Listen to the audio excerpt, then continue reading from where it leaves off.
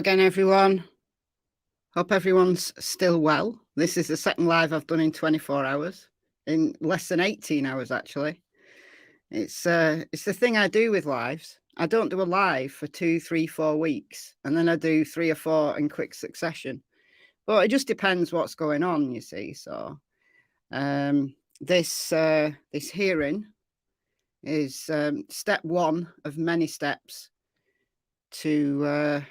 towards trial, and seeing whether Bryan Kohberger can clear his name. He thinks he's innocent, so let's see him clear his name then. let's get him in the courtroom.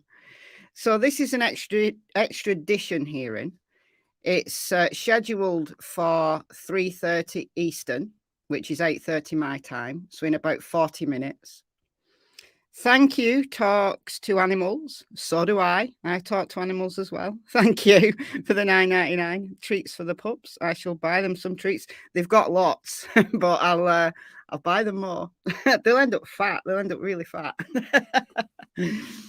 Yeah, so it's literally going to be a 2-minute thing, because his public defender has said that he doesn't intend to appeal. He actually wants to be extradited back to Idaho so that he can clear his name. That's what he's said via his public defender. So it probably would be a little longer if he denied that he wanted to go back to Idaho, and then there'd have to be a legal process to get him back. It would be ridiculous. He would lose. He is going back to Idaho, one way or another. But assuming that he does waive his right to not be extradited, it's not really right, but he wants to go. So this will just be literally a formality. I do have WFLA on in the background, and when something looks like it's happening, then I'll put WFLA on. WFLA are streaming what they can. They're not going to be any cameras, or at least video cameras, in the courtroom. But they do have a video feed. I think it's as they go into court. So there will be reporters inside. So I've also got Twitter on in the background, so that if reporters are able to tweet from inside the courtroom or immediately after, then we'll get that information. Yes, Joan, he's still in Pennsylvania. That's absolutely correct. So let's say a few hellos, and then before this thing kicks off, I've got some things to show you that have come out this afternoon. So that's what we're going to do whilst we're waiting. But yeah, I try to be factual. I do speculate a lot, but I think the difference is making it clear when you speculating, and what is different. You know, what difference? There's a huge difference between someone's opinion, which they've got a right to, and then what is fact, what is a provable fact. So not everybody makes that distinction and then runs off at mad tangents. Rebecca, hello. Kata Chrome. Oh, the Jamie Bulger case. You've digged into that, have you? It's heartbreaking. It's a heartbreaking case. Kat, hello. Joe. Pen 1010. Giraffe Jackie. Nisha. Lotus Flower. Mandy. The court hearing is in 36 minutes as we speak. Kimberly, Holly, Alexandra, Flo, Cecile, Emily's getting in the shower. He's going to be back soon. Sharon, Dee Goodwin, Lynn, Pashabel, Kaki, Tammy, watching from work. Oh, it's late for me. It's nearly 8 o'clock for me. 8 o'clock at night. Pashabel, yeah, 2 lives in 24 hours. Absolutely. Master Pronator, Jeffrey, Dawn, and lots of other people coming in now. I think most people are going to be sitting on WFLA, which is fine. I'll even give you the link for it if you want. If you want to go and watch WFLA, then you're very welcome to. Not that I want you to, but you are very welcome to. That's where I'll be streaming the information from once it gets close to the time, and then we can see what's going on. There's a number of other creators also streaming. So there'll be literally like thousands of people, if not into the hundreds of thousands of people watching across all platforms. But WFLA currently has 5,500 people waiting for the show to start. Isn't that crazy? 5,500 people are waiting. The show hasn't even started yet. Willow Rain, thank you for the $1.99 and the little microphone. Thank you. So, I'm glad you're staying here. That's good. That's good. But I've got some things to show you. So, some of you will have seen these things. These came out this afternoon. But for those of you that haven't, for those of you who have been busy working or doing whatever this afternoon, then I've got some things to show you. All right, where are we going? There, go there first. Thank you, Melanie, for the hippo in a gaming chair or a computer chair. Thanks for the $9.99. So this, I got this from Brian Entin, but there was like the footage from outside the courtroom, Monroe County courtroom, is absolutely insane. Like there's filming of like just loads and loads and loads of cars and cameras set up. It's crazy, like the amount of media stations that are covering it.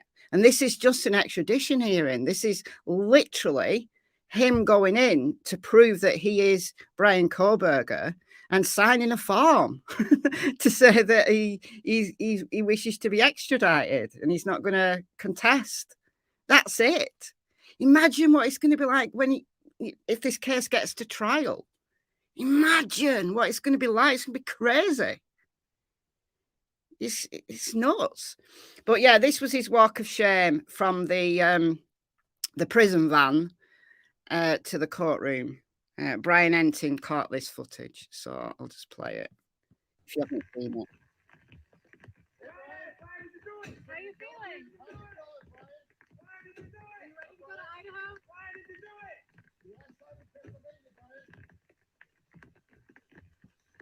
The volume isn't very high. I'll play it again and I'll turn my volume right up so that you can hear what the reporters are shouting to him. How are you feeling?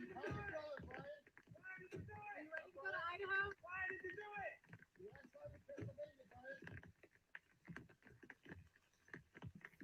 do it? Walk of shame.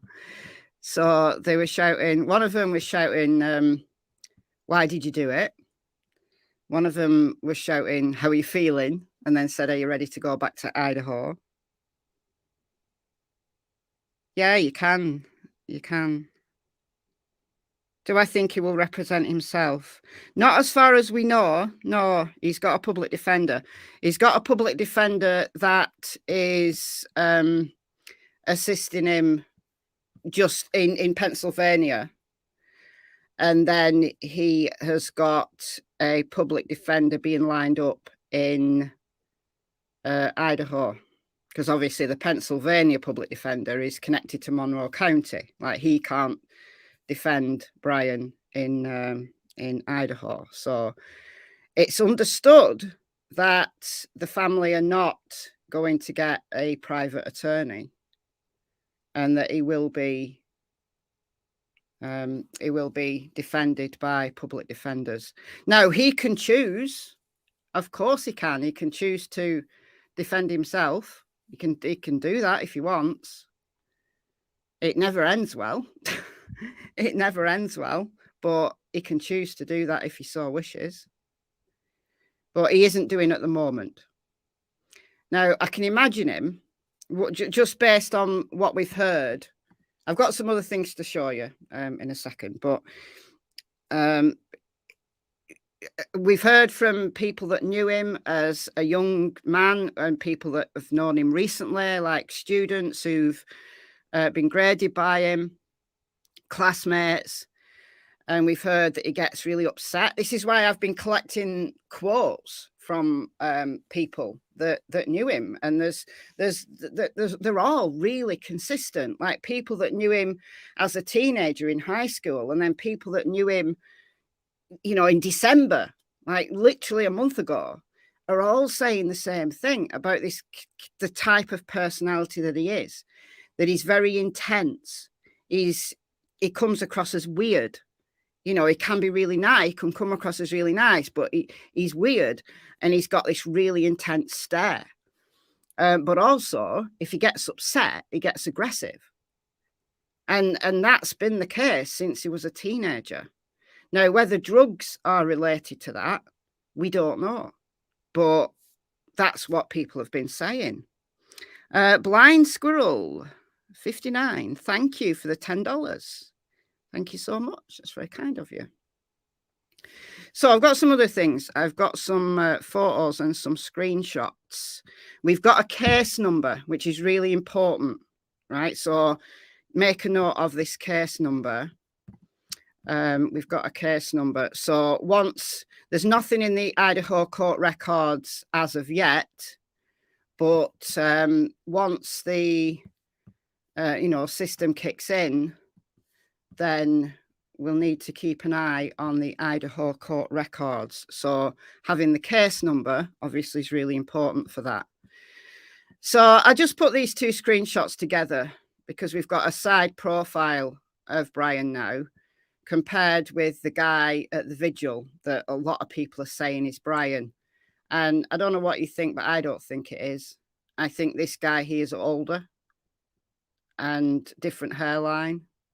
I mean, I know that's like a manicured hairline, but I still think it is different hairline, different nose shape. I don't think that's Bryan. You might disagree, but there was some discussion. I've not discussed it. This is the first time I've even mentioned it because I didn't know, because I didn't have a photo of the side profile of him. But now we do, and I really don't think that's him. But yeah, Lynn says not him. It's not. I really don't think it's him. But does it matter if it was? Not really. But these are scary. Now, these were taken by reporters with really fancy cameras. I think Brian Entin on that video was just filming on his phone, so the resolution wasn't very good. But these, I mean, look at that one. Look at his stare on that one. I don't know who took that photo. I think the Mail, that's Fox News. A Fox News reporter took that one. They got him like, you know, when you get caught in a photograph and you've got a really weird look on your face. Well, right. So that's from Fox News, and I think it's this one that's from Mail Online. I don't know who took this one, and look at the stare on him. I mean, the people who said he's got a really intense stare, they weren't joking, were they? They weren't joking. Look at him. And if that's just his normal face, you know, he's looking directly at the camera. He's like staring the reporter down almost, like for a split second. And it really was literally a split second.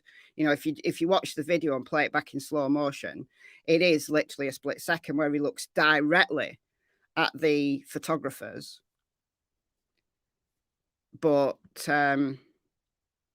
very, very intense. So I can understand when people are saying that he's got this really intense stare. Well, we've seen it. It's right there. Caught on camera. So, yeah, I mean, whether that's just his normal face or whether that's staring the reporters down, is he he angry? What is he? Defiant? Is that a defiant, do you think? I think that looks defiant rather than angry. But it could be defiance, that he's insisting that he's innocent. So he is going to be defiant. He's just going to want to get this over with, get this stage over with, and then he can go to Idaho and clear his name, exonerate himself. Thank you, Cole Girl 1. Love you and your work. Thank you so much for the $20. That's very kind of you. And thank you, Nikki, for the $5. Second live in 12 hours. Yeah, it's about 16 hours, 15 hours. Oh, dear. Yeah, that's true, Beach Fairy. Bundy insisted on his innocence for ages. Yeah, yeah, Bundy did, didn't he? Like some of these killers, they once they're caught, I think they're like relieved in a way. Jeffrey Dahmer said he was relieved when he was finally caught, because with Jeffrey Dahmer, it was just a compulsion. Like he was compelled, and he didn't actually want to kill. I think he said that. I think he probably did. I think there was a certain level of enjoyment in it for him, but he had this weird warped desire to keep people with him. Like he had this really extreme fear of abandonment. That was the problem with Jeffrey Dahmer. Very strange the way that he kind of saw the world and saw that everybody was going to abandon him. Therefore, he had to kill people to keep them with him. And that's why he stored body parts, the body parts that he thought were the most beautiful. And it was a compulsion, and he was glad when he was finally caught. Some do make a confession, some never do, and some will end their own life before they get to trial because, I don't know, they can't handle it. Maybe the realization hits them of what they've done and they can't handle it. Like Israel Keyes offed himself in jail. Dr. Harold Shipman from the UK offed himself while in awaiting trial. So, yeah.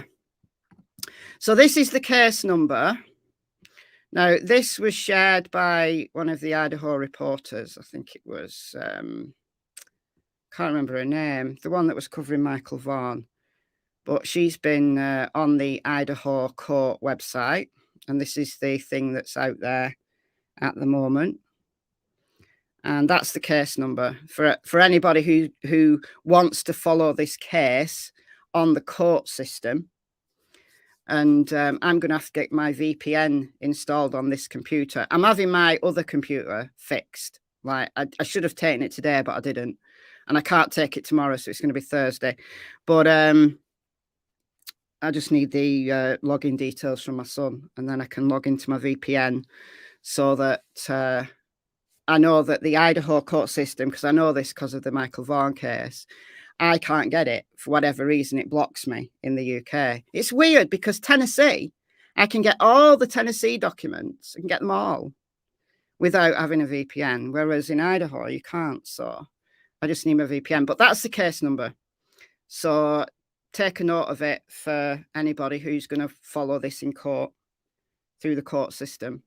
So it's CR29-22-2805. So CR29-22-2805. And it's just a little document about the court, like seating for the families and media seating and stuff. So it's a document that's irrelevant, really, unless you're planning to be there, except for the case number. So I thought I'd share that.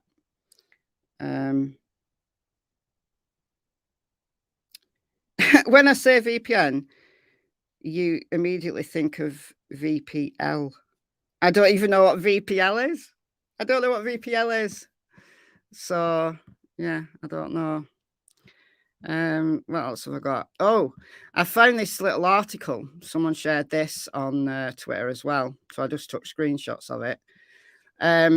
Catherine Ramsland, who is a serial killer expert, I'm sure that if you've been following this case, you'll have heard about this, that he was taught by a serial killer expert whilst he was at DeSales University doing his master's. And she's written tons and tons and tons of articles. So I think let's read that after, shall we? After the hearing, we'll read that. It's only a short thing. It's just talking about all the educated serial killers. And I think someone shared it on social media because it's somewhat ironic that she taught somebody who is, we don't know that he's a serial killer, and I really don't think he is, but somebody who's, I seriously 100% believe would have gone on to be a serial killer had he not been caught. He's got all the red flags, you know, that just scream this is a future serial killer, to me at least, if he hadn't have been caught. So it's somewhat ironic that Catherine Ramsland is writing articles on serial killers, whilst one of her students potentially would have become one. But, you know, he was doing a criminology degree. So they talk about serial killers. They talk about crime theory, causes of crime, scripting, how killers organize themselves, the political landscape in relation to crime. That's what criminology is. Cole girl, right now, when is your next live over at Michelle Walks? This is Michelle Walks. Oh, why not? Why not? Oh, I'll tell you what I'll do. I'll stop the share here and reshare on the Chrome tab. And then I'll get rid of these till after.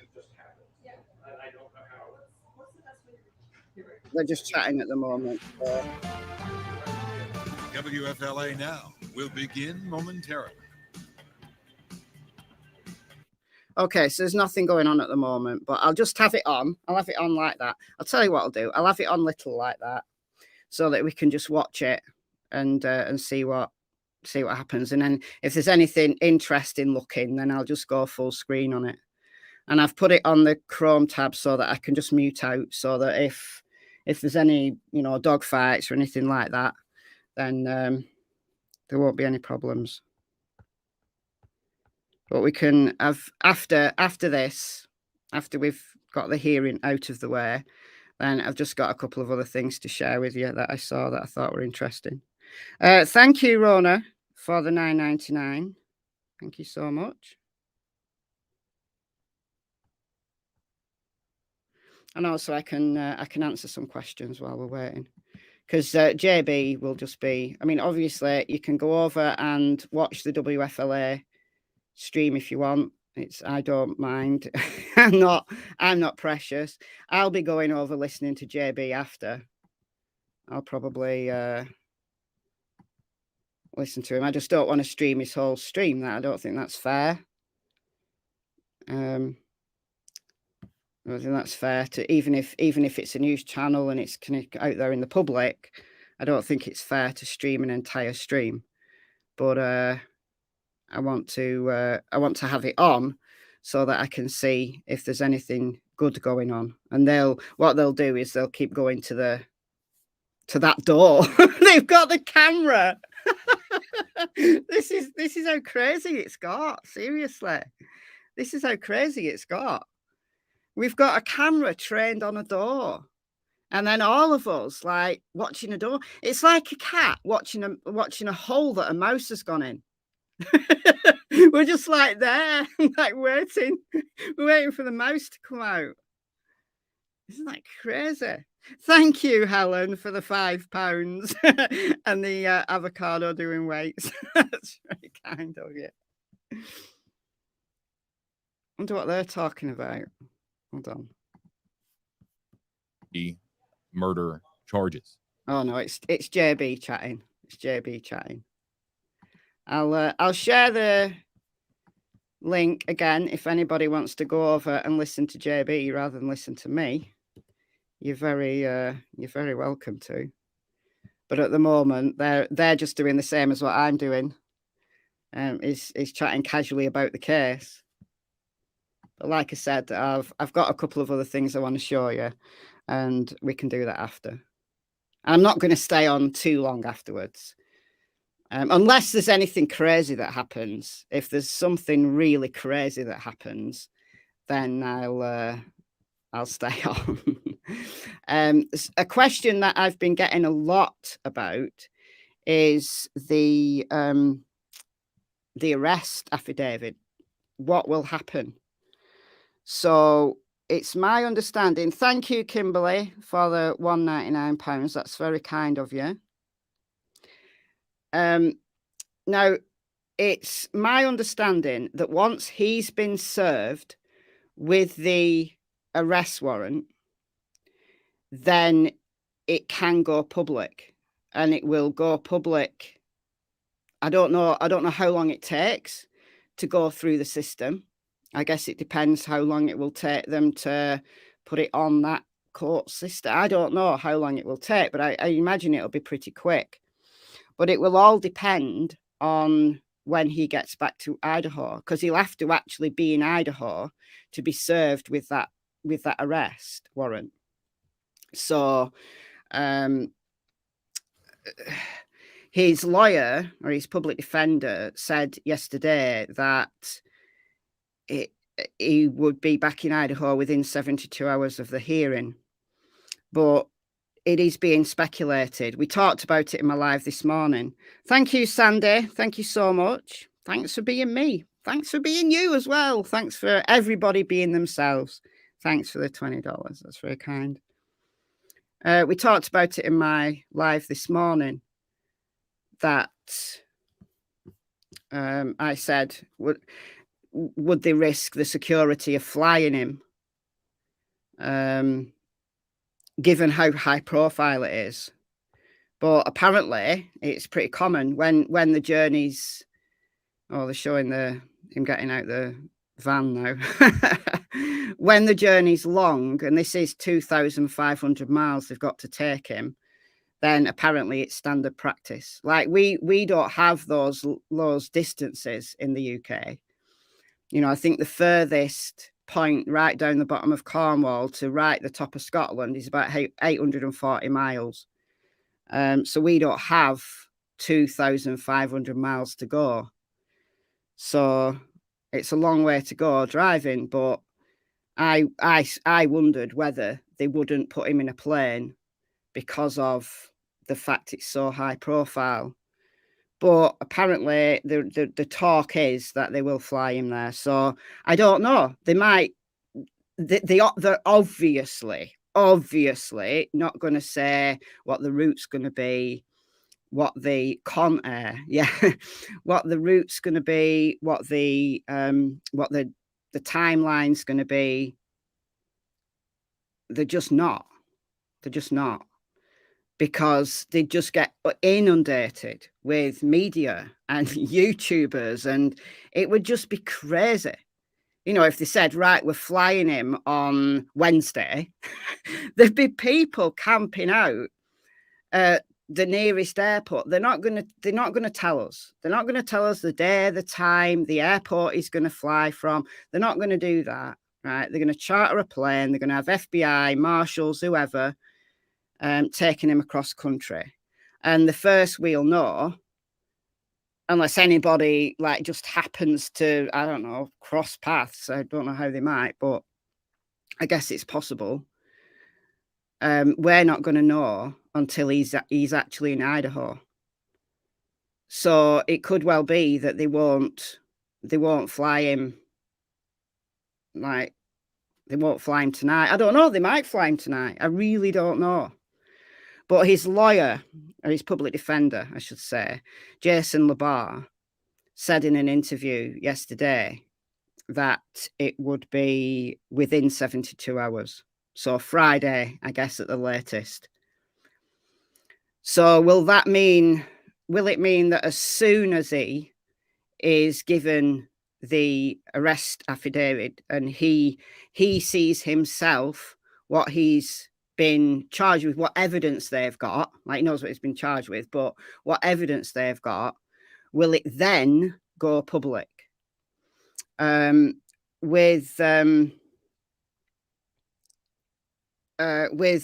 arraignment, you know, I think it will depend on the judge. I've said this a lot. Thank you for Cookie Doodle for the $22 US. That's oddly specific. 22. 660 for YouTube's greedy gods and £15.40 donated for your new iPad screen. It's a laptop screen. Thank you. Thank you so much. Oddly specific number, but it's very welcomed. Yeah, so with do you remember what happened with Sarah Wanderer? Do you remember that? That at Sarah Wanderer's arraignment, and this was in Idaho, different county, but it's still in Idaho.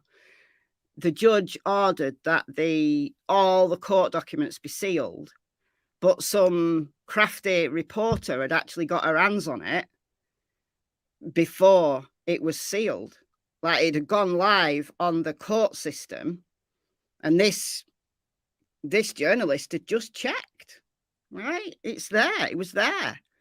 So apparently, when it's there in the public domain on the court system, it doesn't matter. I didn't know this until this happened in Michael Vaughan's case.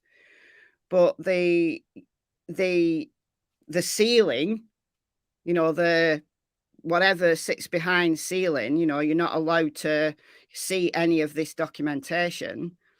Well, if you've got your hands on it before it was sealed, then it's fine. You can share it, apparently. So, yeah, there was information that came out from this sealed documentation and came out in the media. So,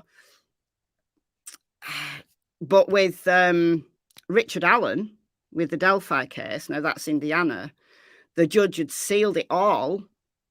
Do you remember? The judge had sealed it all before we even knew who Richard Allen was. So it's down to the judge in that particular court to decide what they do. Now, at the press conference on Friday, so back to this case, the press conference on Friday, we heard from the DA, who said that once he's back in Idaho, then it will be public. So obviously the prosecution are not gonna want it sealed. They're gonna want to show the public what information they had, so the probable cause they had to arrest him. So the defense, however, could petition the judge and say that they want it sealed, and then it would be down to the judge to decide. So in Sarah Wanderer's case, I think both sides, if I remember rightly, both sides wanted it sealed. So the judge then said, yeah, we'll seal it. Oh, it's coming out.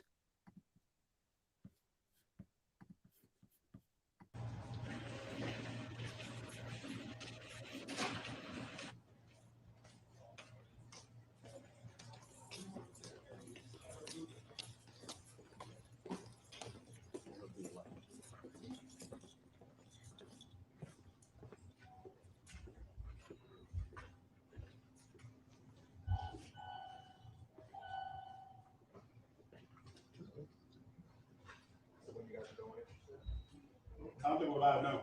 Not just one scene, that might be coming in after the film. There's me. I don't know anything about it.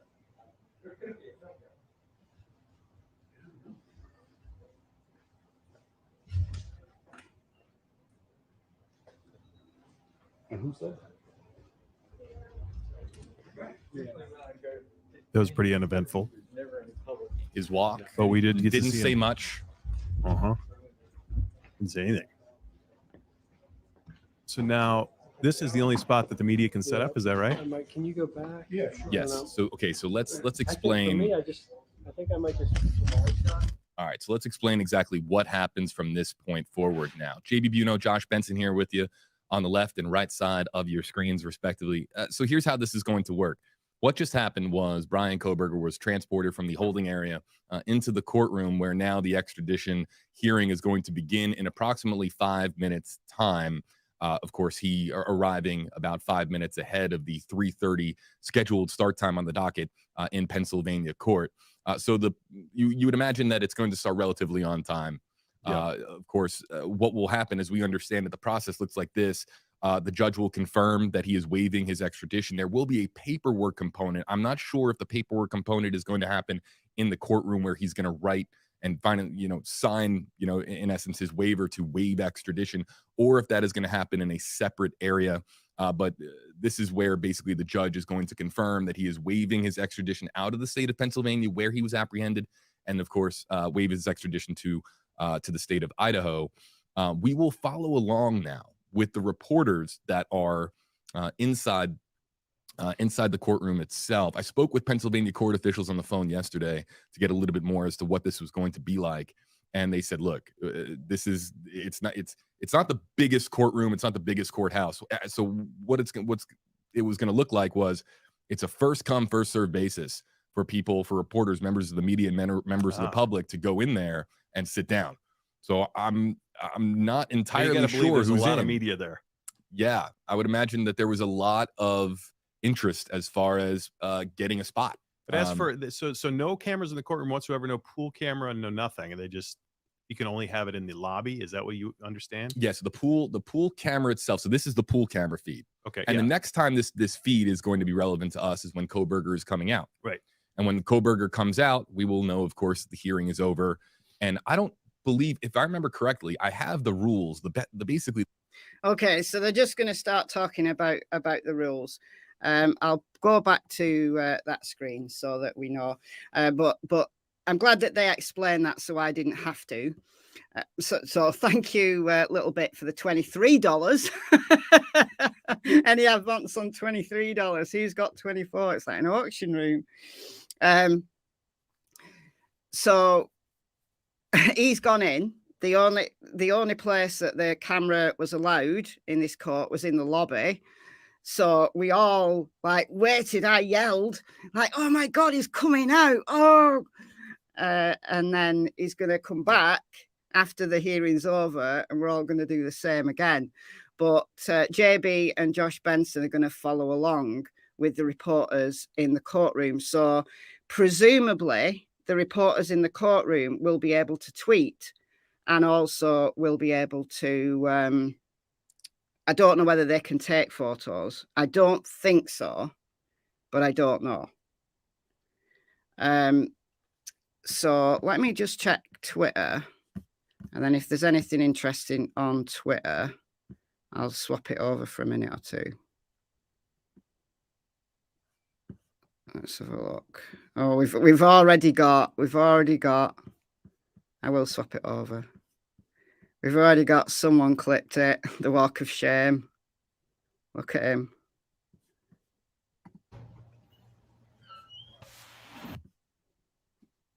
Look at him.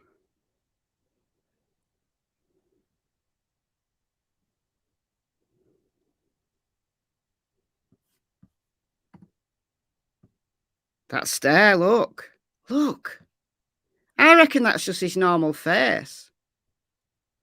I reckon that is just his normal face. He's just got this really intense stare.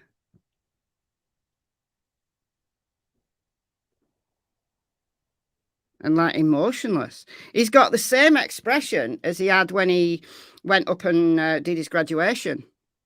Do you not think? Just that, I'm going to do it side by side. I'm going to clip that. And then I'm going to clip his graduation, and I'm going to play them side by side. And the expression is exactly the same. He is tall. You're absolutely right, Elise. He is tall. He is 6 foot, I believe. And I think he weighs about 185 pounds. So for the size of him, he's tall and thin. For the size of him, he's not hugely heavy. Dead eyes, yeah. Dead eyes, dark eyes. Like, yeah, maybe it's just malnutrition or I don't know. Somebody please tell me he will not continue to get his vegan meals in prison. Oh, he will. He will. He absolutely will.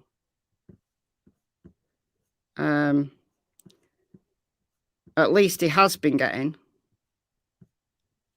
Oh, there, that's a different shot. That's inside the courtroom. That must have been when they brought him in. I don't know. This morning. Let's take a screenshot of that. I screenshot everything. Thank you, Sally. $24.16. No, that is very, very specific. Very, very specific. Oh, it's creepy. Creepy. Hearing going on now. Here we go. We're getting photographs from the courtroom. Getting photographs from the courtroom here. Him in the court. Maybe. I'm guessing. Who's Lee Charnley?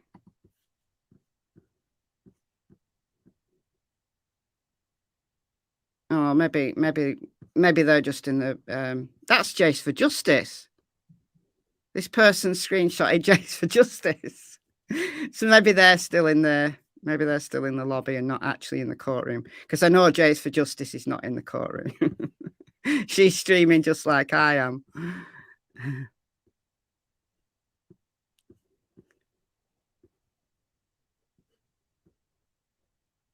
We're going to be seeing that for the next 24 hours. We're all going to be watching that for the next 24 hours. Jolyn, thank you so much for the $5.43. Thank you, Cecile, for the $1.99. That's very kind of you. And then Delver, we've got $25.17. Thank you. You're all so kind, but they're getting more and more oddly specific, these numbers. Do we think it was his first number or has he committed more before? Well, we don't know. $6 million question, that, isn't it? Oh, that's from the Pennsylvania State Police. That shot from down the hallway. So it's like a further out shot, isn't it? Because they had it zoomed in right in on that door. That's that lobby. So you get to see the lifts. Elevators, I think you call them in America, don't you? But we call them lifts. So yeah, it's the same. Yeah. All right. So that was him just going in. So we've not got pictures from inside the courtroom as of yet. Let's see what get rid of that. Let's see what JB is talking about. Oh, what we're doing now. Let's switch over to this tab. Why have we now got a we're doing our cat staring at a hole where a mouse just went in now. Courtrooms 1 and 2. We're staring at the door, waiting for him to come back out. Shall we? I'll put it back on full screen. I might as well.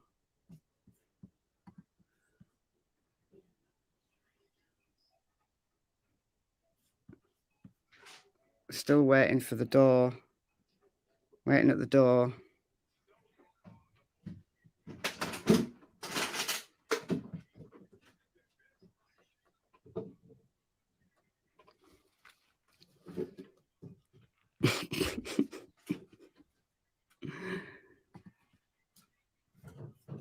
Still got little bits donation on the screen here. Hold on a minute. Oh, policeman coming out. Policeman coming out.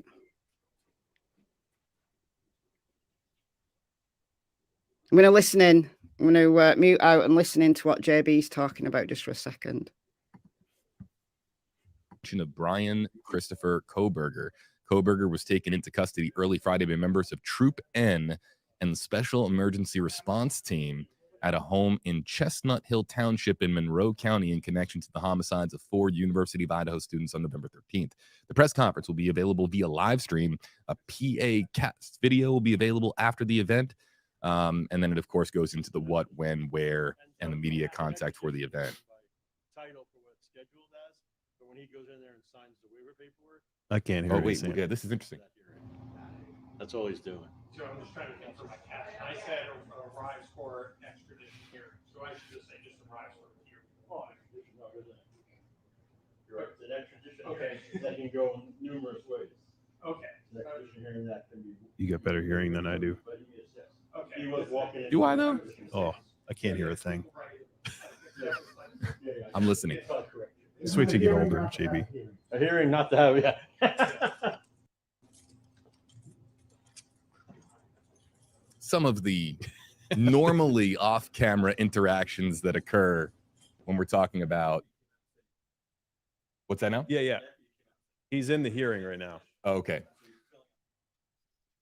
All right, cool. Yeah, just confirming with our team here. Thank you, Jim. He can really hear well. Jim can. He must, and he's older than both of us. Yeah. So what's he, his he secret? has superb hearing. Shout out to Jim Hockett. He has Bryan Kohberger has according to this court officer waived extradition, and what he's doing now in the courtroom itself is signing the paperwork necessary for him to formally approve and legally approve of his own extradition. So yeah, and I guess the quick. logical question now too is how long now before he is extradited back to Idaho? That's what everybody wants to know. Yep. And the judge might be announcing that here shortly. That answer might also come at the Pennsylvania State Police press conference, although that would surprise me a little bit. I'm sure it's possible, but that's going to be one. If they take questions, one of the questions is going to be, when is Kohberger leaving the Pennsylvania jurisdiction? And it'll be interesting to see if we get an answer on that. But all of this unfolding over the next hour or so, folks. So if you're just joining us, JB here with you live on WFLA Now, Josh Benson, Bryan Kohberger, the Idaho murder suspect. He is currently in the courtroom waiving his extradition, signing the paperwork necessary. What will then happen after that is he will be escorted here by court personnel, by members of the Monroe County Sheriff's Office, I believe.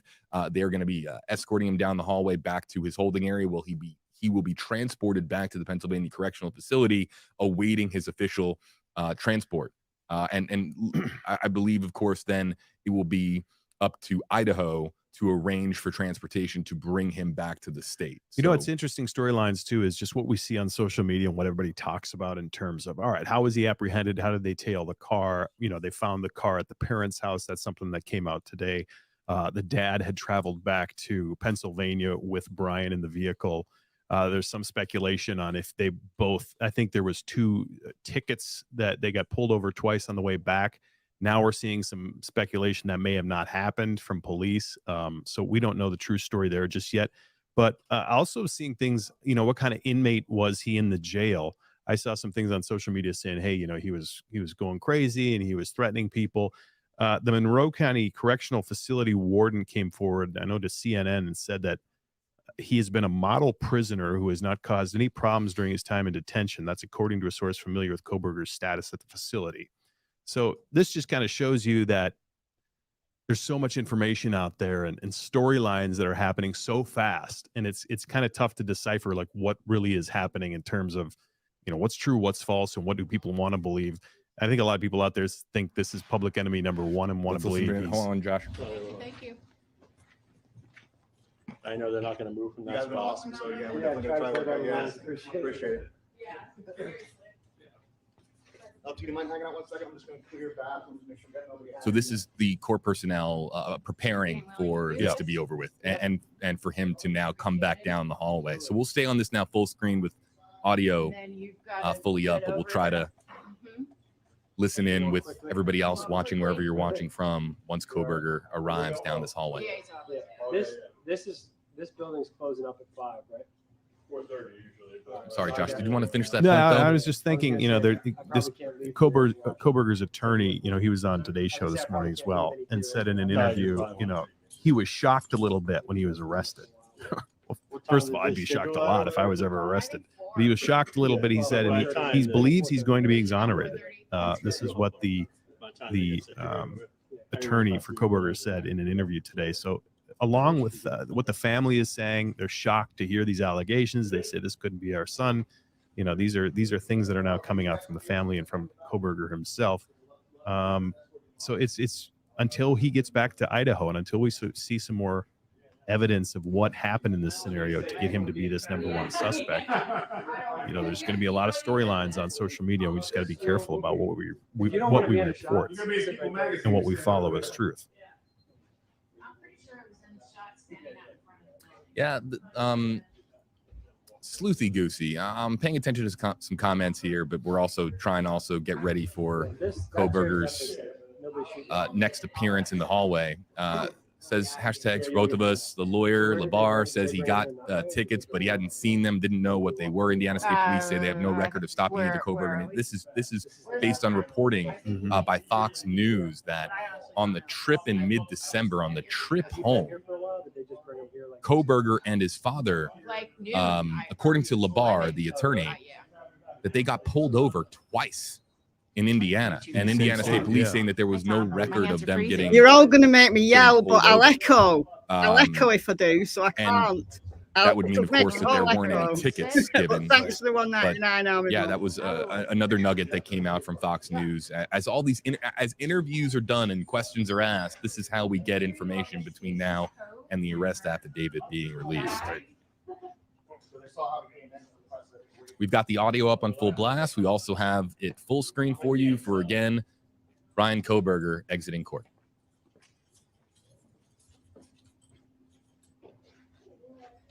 They start right at 3:30? Yeah, you're right on time.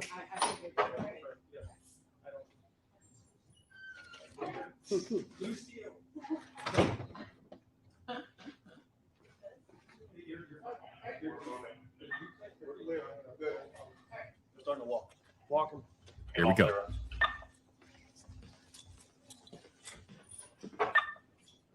Do you got bathrooms? They should be clear.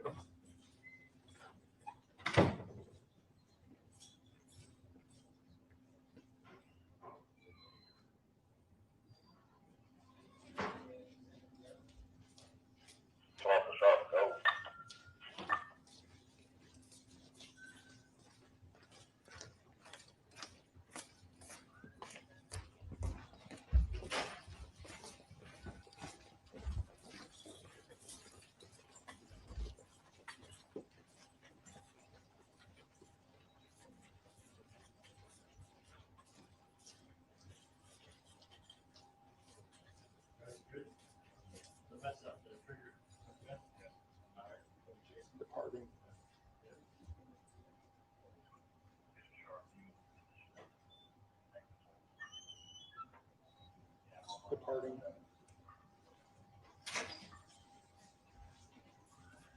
Departing.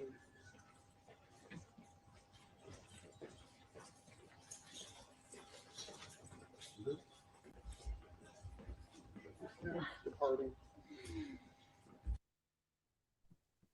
Are we all going to like just watch a door now? Oh, he's gone.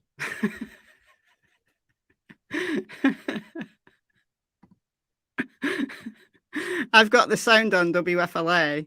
Either JB's talking and he doesn't realize he's muted, or they're waiting to see whether he comes back out and does a dance in the corridor. Now I know how a cat feels when they're watching a whole very underwhelming, I think the thing is. Oh, we're seeing it again. Breaking news on WFLA now. Here's JB Buno. Idaho murder suspect Bryan Kohberger appears in Pennsylvania court, waiving his extradition, sending him back to the state where he is expected to answer to 4 first-degree murder charges in the deaths of 4 University of Idaho students. JB Buno, Josh Benson here with you live on WFLA Now across all platforms. So the extradition process is now in the rearview mirror, according to the court officer there, and we are now awaiting word as to when exactly the extradition is going to happen for the Washington State University student accused of 4 gruesome stabbing deaths at the University of Idaho on a inside of a college residence back on November the 13th. Josh, so we have seen Kohberger arrive, depart. This was all done within really a 15-minute time. Yeah, and I think there's a lot of confusion as to what just happened. So let's just go through what this hearing was all about. So extradition is a procedure where one jurisdiction will pretty much acknowledge with another jurisdiction that there's probable cause to bring someone back and arraign them there for prosecution. So that's what we're seeing here. One of the agencies bringing into this court hearing, Kohberger has decided to waive extradition, meaning he wants to get back there to Idaho as soon as possible to try to be exonerated from this crime. And that was set at 3:30. So it's what, quarter to 15 minutes. That's all it took. It was supposed to be a brief hearing. It was. Now, he may have gotten the opportunity to speak. Sometimes suspects in this case would be allowed that. We don't know if he was, because we're obviously not in the courtroom at this point. But the public defender, Jason Labar, says he's eager to get back to Idaho to be exonerated, and that's why he's not fighting extradition. So what happens in this case next, if he waives it, which he did, he's expected to be flown back to Moscow, Idaho, and could be there within 72 hours. So we don't know the exact time frame, but that could be the time frame that they're looking at. The Latah County prosecutors have said the affidavit for 4 charges of first-degree murder will remain sealed until he is returned. He's also facing a charge of that felony burglary charge as well. Just like I'm sure there was high demand to get a seat, if you remember the press in Pennsylvania for today, I'm sure that there was, if not higher demand, to get phones activated so that reporters in the courtroom could tweet out. Brian Enton, I know, has received his phone, and he is tweeting as we speak. He's got a series of tweets coming in, and we'll start here with the first one. Bryan Kohberger waived his extradition hearing. He had to sign a waiver in court. The judge explained to Kohberger the charges against him in Idaho and that he had... All right, I'm not going to listen to JB reading some tweets. I'll read the tweets because I feel shady about playing WFLA for like hours on end with no breaks. It contravenes fair use. So I don't think it's fair to do that. So what we have learned is that his public defender was correct. His public defender had told the press yesterday that he would be in... okay, Trixie. Yeah. Okay. I do as well. I like Bryan Enton. He's good. So he's within 72 hours. That's what his public defender, Jason Labar, his name is, who's just looking after his affairs while he's in Pennsylvania. And he's then going to be appointed a public defender in Idaho. So he's going to be there within 72 hours, until which time the paperwork will remain sealed. So we're not going to get the arrest affidavit, the thing that will show the probable cause. We're not going to get that until he's back in Idaho and he's been served with it. So that could be as late as Friday. So we'll have to just wait and see. It might be sooner. I think, like I said before the hearing, that I think we won't know. I don't think they're going to tell us when he's going to fly. I don't think. JB did say something about a press conference, a Pennsylvania State Police press conference, but I had it on mute. And then when I turned it off, did you notice that when I turned it off mute and JB was speaking, he was just at the end of a sentence about a press conference, and I was hoping that he was going to repeat it. But let's have a look at some tweets. So let's... oh, here we go. Celtic Girl. Not sure. I believe the PA State Police will be having a press conference soon. They are broadcasting here now on... Right, what?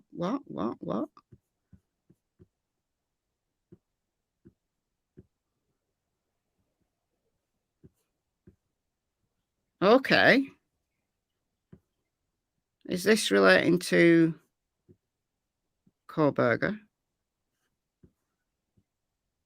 Do we see Kohberger's name on here?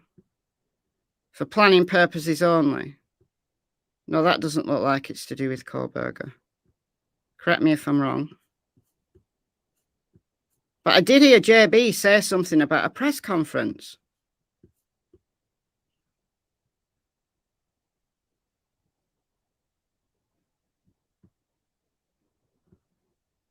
So there's nothing mentioned on that. That's February. That's December. Oh, it is. It is. I was just looking for his name. Okay. So today, State Police to hold news conference on apprehension of suspect in Idaho homicides. Event start 4:30 p.m. Oh, that's hours away. When's that? Yeah, thank you. I was looking for his name. I was skim reading.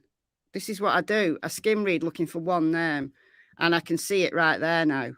And I bet all of you have been shouting. You've been shouting into the chat saying, yeah, it says it right there. And it does say it right there. So it said 4:30. Is that soon? 30 minutes away. Oh, I'll stay on. I was aware. I was thinking that 4:30 was like, I was adding 8 hours on. I don't know why. Do you know what I was doing? I was doing Idaho time. In my head, I was calculating Idaho time because I was reading Idaho. But no, it's not, is it? It's only so it'd be like 40 minutes away, won't it? 9:30 my time. All right, we'll stay on. So who will be streaming it? Will WFLA stay on, I wonder? I'll keep WFLA on in the background, and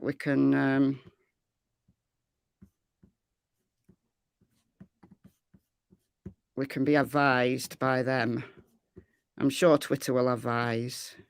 All right, so we've got some chats coming out here now. So we've seen that. On his way back to jail after signing paper, extraction back to Idaho. Right, I'm gonna. Oh, he's leaving court. Look, there he is leaving court. Turn your phone notifications off if you're live streaming on your phone. Don't really see much of him from that angle. But it's been an absolute military operation. I bet these Pennsylvania guys will be... Oh, can you not see? Yeah, you can. Oh, you can't. Sorry. Sorry. You can't see. Yeah, he's leaving court here.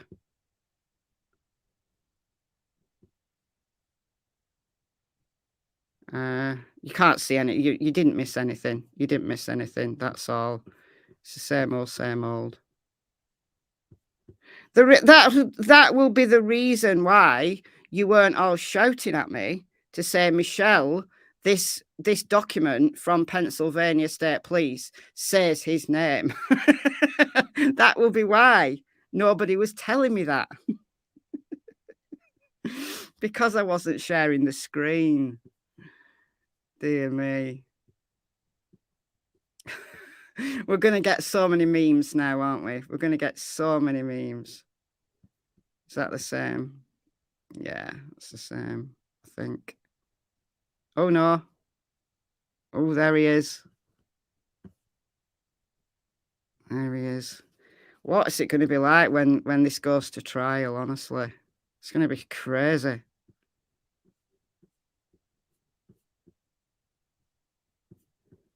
Let's see what Bryan Entin said.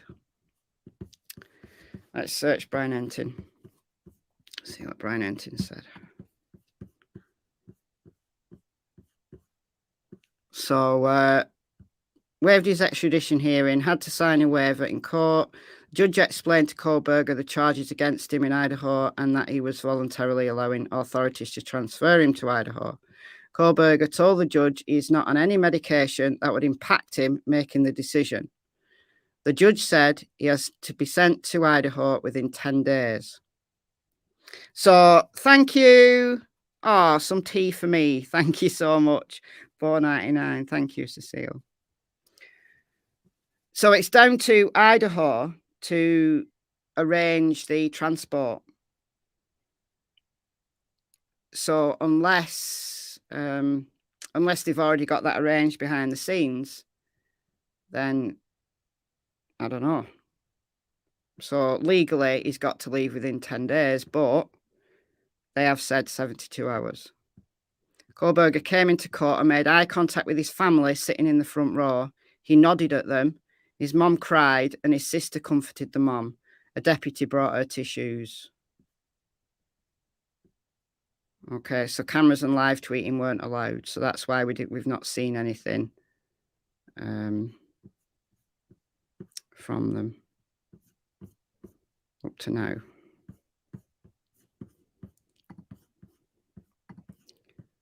Let's have a look. Okay, so that's his family turning up. That's before the hearing. Oh, bless them. I feel so sorry for them. I feel so sorry for them. I really do.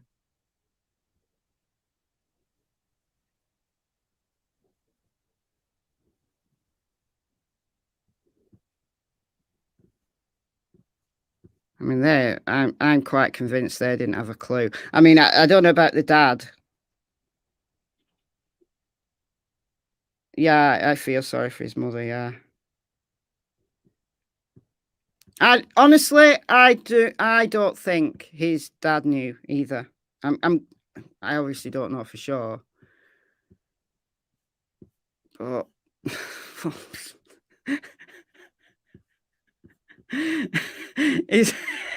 that's Nerdy Addict. I never know whether to believe him or not.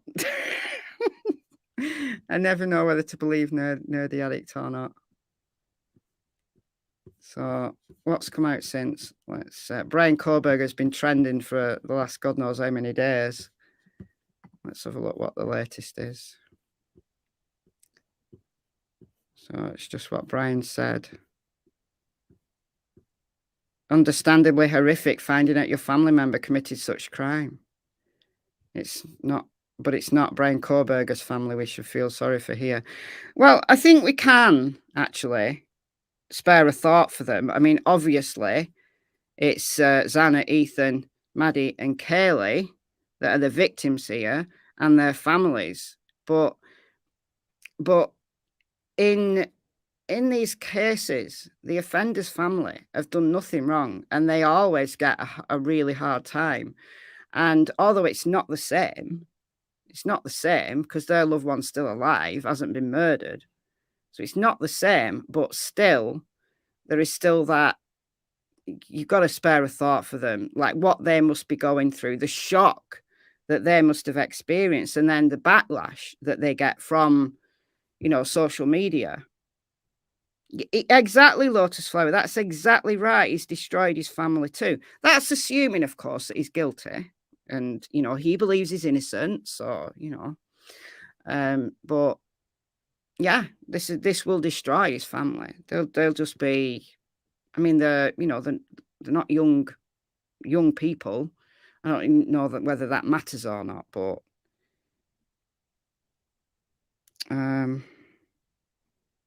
you could be right there, Rocket Queen. It sounds like he put them through hell and they've always stood by him.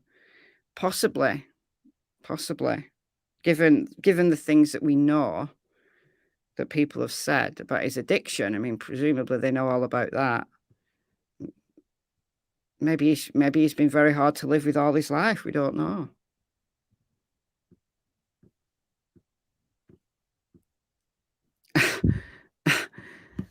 The defense is going to make him a hero in the incel community. Are we really abbreviating incel now? Is incel not a word that we can use now? I mean, what? That's the first time I've seen incel with a little star on it.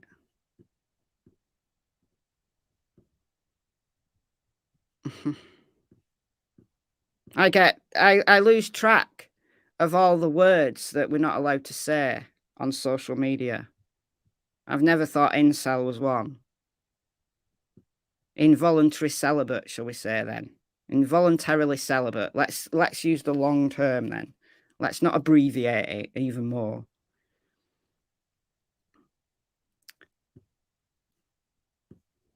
Curious how BK is going to plan to defend his innocence, especially with all the DNA evidence Ellie has. We don't know that they do, though. This is the thing. This is what's been said in the media, but we don't know anything. We don't know anything as of yet what law enforcement has. We'll only get a glimpse of that when we get our hands on the arrest affidavit. When we get our eyes, our beady eyes, on the probable cause documentation, then we might have an idea of what, well, we will get an idea of what they've used. Unless you're a laundry. Yeah, the laundries were, I mean, I did feel sorry for the laundries at first, and now I honestly just don't. I don't. I truly believe. Did you hear what came out about the laundries a couple of days ago? Oh, yeah, Jeffrey, you're right there. If you ask anybody in prison, they're all innocent, and they'll tell you that. I'd say 90% of them will. There may be the odd one who'll agree and confess. And but yeah. Okay, so this is from Josh Benson from WFLA. The family don't believe it to be Bryan. They can't believe this. Monroe County Public Defender Jason Labar told NBC they're obviously shocked. He's certainly completely out of character. The allegations, really, they're just trying to be supportive. Oh. But yeah, did you hear what happened? Do you know that the Petitos and the Laundries are going to court next year sometime? The jury trial will be. It's a civil case regarding how much they knew, and it's just all getting all very complex. But the lawyer that's acting for the Petito and Smith families said a couple of days ago that Roberta Laundrie had allegedly written a letter to Bryan and written on the envelope, "Burn after reading." And in this letter was her asking him if he needed a shovel to bury Gabby. That's what came out a couple of days ago. I'll probably even be able to find it on JB's, because JB did a live on it. I've not seen a lot of reporting on it, actually. I don't think most people really were that fussed by it, but I was. It's JB. Hold on. Let's be down a bit. But it's only a couple of days ago.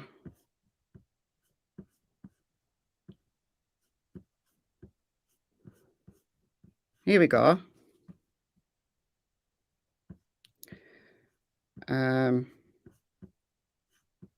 It's not a thread, because that was his response.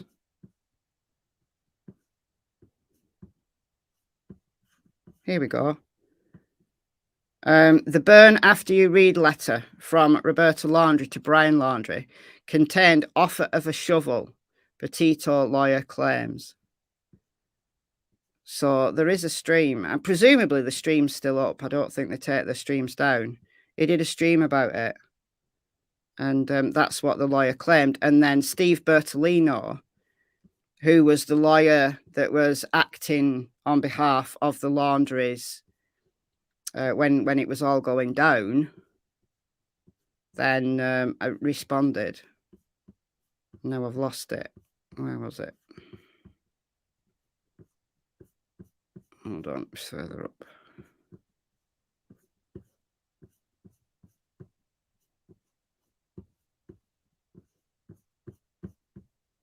Here we go. Laundry attorney Steve Bertolino tells me the shovel letter has nothing to do with the Gabby Petito case. Petito attorney Pat Riley's response: why would a mother write a letter to her son about a shovel and a body? So I'm sorry, I have zero sympathy. I had some sympathy when it was all kicking off at first, when Bryan was missing and Gabby was missing. I had some sympathy for them when everybody was camped outside of their house. And I thought, well, they must be going through hell. And as it all unfolded, my sympathy went from reasonably high to absolute zero after little thing came out. And I fully support the Petito and Smiths for taking this civil action. It's not for the money. It's to find out stuff.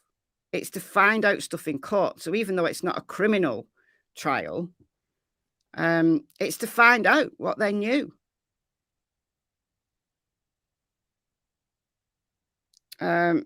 Explore Core says the allegation that Bryan Laundrie's mother offered him a shovel doesn't make sense. Was she going to fly it out there? She was nowhere near.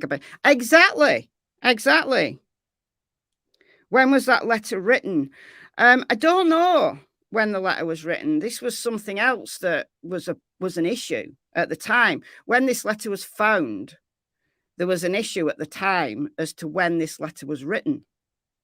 Because if it had been written, I think the excuse they gave when it was found was that burn after you read was a song lyric that was on the envelope, but we never learned the contents of the letter. We never learned that until, well, 2 days ago, when Petito's attorney, Pat Riley, came out with this thing that in this letter was an offer of a shovel to bury the body. So if Steve Bertolino is saying that the shovel letter was nothing to do with Gabby's case, well, if they can prove that it was written before Gabby went missing, then why were they writing about shovels and bodies? What's all that about? What body was it? What, the body of a hamster? Body of a pet rabbit? What was it? The body of what? But you're right. Whoever said it, I can't remember who said it now, but it doesn't make sense because she was in Florida. He was in Wyoming at the time. Or whether he lied and said that her body was somewhere else. Who knows? We don't know. We've no idea. That's all that came out. James says, Burn After Reading is a Coen Brothers film. Well, it could be. It could be. So do you want to borrow a shovel to bury the body? Is that also a film or a lyric or something? Maybe they wrote song lyrics to each other. Who knows? But I just think it's weird. So that's rumbling along. It doesn't look like the trial's going to happen anytime soon. I'm going to tune in to JB again in a minute just to see whether they're covering the... they're just going to go over this all over it. But I want to see if they're going to carry on and we can just stay with them to watch the press conference that's happening in 20 minutes, or whether I'm going to have to ask you guys to find me a stream. Well, let's see what else is happening on Twitter. Hold on. Get out of that.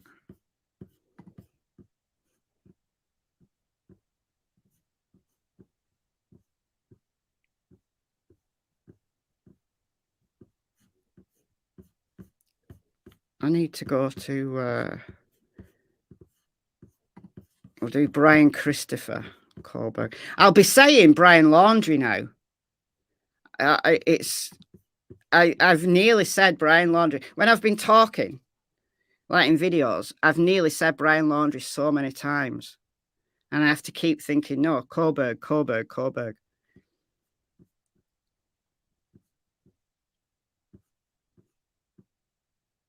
That is very true, whoever this person is. This guy, assuming he's guilty as charged, has not only taken the lives of Kaylee, Maddie, Xana and Ethan, he's shattered the lives of the families and his own family. Absolutely. So a presser from Pennsylvania State Police today at 4:30. Yeah, but where? Where? Has to play up his innocence for the sake of his family? Who knows? Any speculations up for grabs at the moment.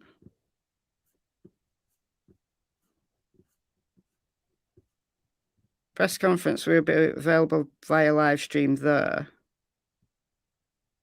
Yeah, but I can't click on that because it's can I hold on. I'm going to just tune into JB just for a second to see whether they're staying on with the presser. If not, then I'll try and get on that link.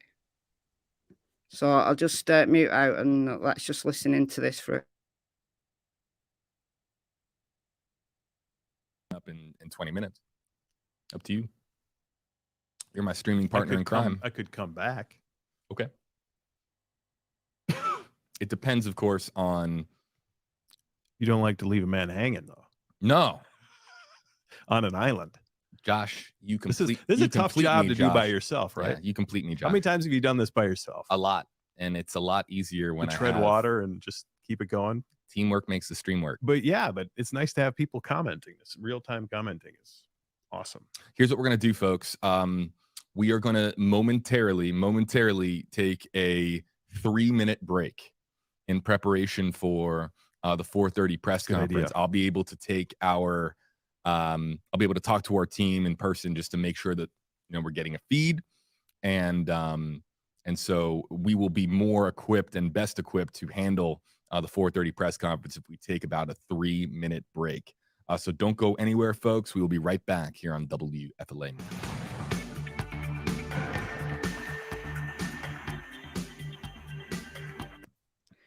So it looks like they are streaming it. So that's good. Grace, it starts at past. Starts at past.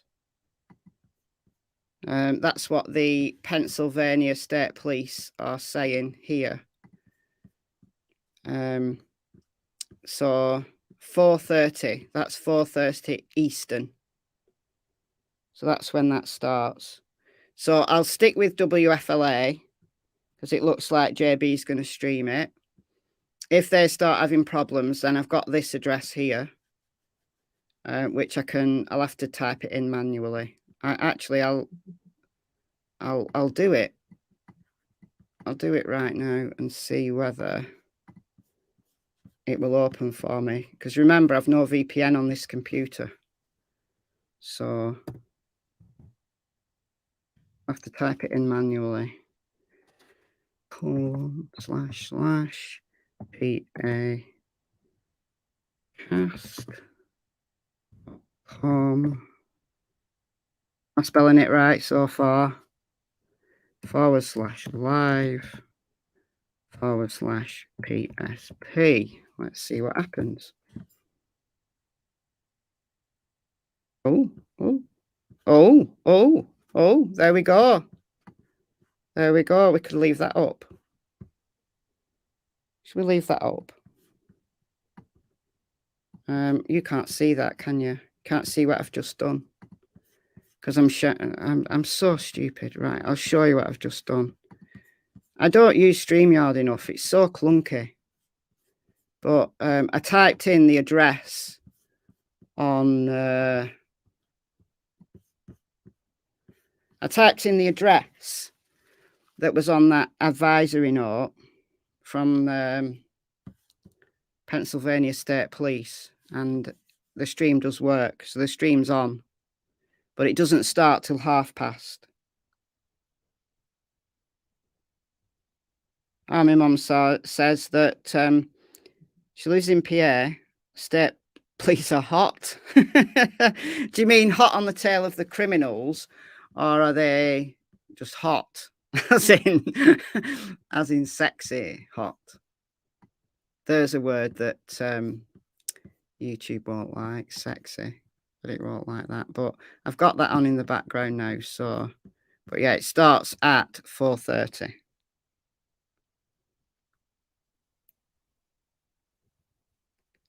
Off topic, but you can schedule your Twitter posts anywhere between 50 minutes and 10 days. Okay. All right. Have I seen the channel that is calling Bryan BCK, like BTK? Yeah, lots of people are. Lots of people are. I don't know why people are, because I'm just using his name. Glitterwitch says PALE are definitely yummy hot. Okay. I can't say that ours are, honestly.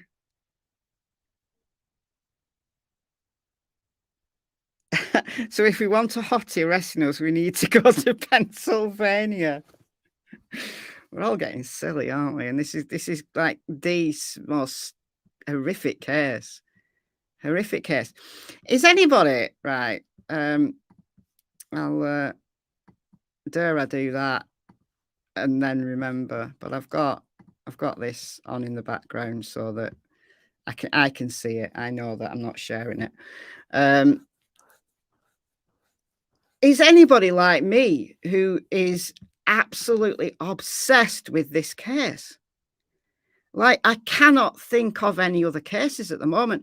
And I'm glad that there isn't like anything really, really urgent going on in another case, because I'd be struggling. I'd be struggling to cover two cases as intensely as this one. This one has just got I'm just obsessed with it for the moment. And it's crazy. It's crazy. But I didn't notice it so much in before Christmas, because I was doing crime cold case Christmas, you know, different cold case every day between the 1st and the 24th of December, because every day I was looking at a different case. Every day I was my mind was diverted because I was having to record a different case every day. My mind was switching really easily between this case or whatever other case I was talking about, and then recording for Cold Case Christmas.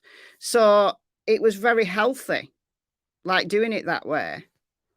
It was a lot of work because I was recording 2 videos every day. It was a lot of work, but I found it quite healthy to have that diversion. Whereas now I've stopped that series. Now that series is over. I'm just obsessed with this case. I'm just watching. If I'm not recording or editing my own videos, I'm watching everybody else's and constantly like looking at social media. So not just me. It's, yeah. Yeah. Yeah, I talked about him in my video yesterday, that BTK was discussed because he was the she'd actually done she'd written his autobiography. The woman, I'll show you this whilst we're waiting. I do have the thing in the background so I can see. Hold on a minute. Let me just rearrange my windows. I can see the press conference, so I'll know as soon as it starts. But if I just share this is one little article. It's only a short article. Hold on. This, I said that I'd read it after the hearing, but I didn't know that we were going to be staying for another press conference. So let me just make that small. I'll make it big once it starts, but I'm just going to put it there in the corner like that. And then I can read this. kind of like, let me do it like that. Hold on. There we go. Okay. So Catherine Ramsland, she's somebody who taught Bryan Kohberger whilst he was doing his master's at DeSales University.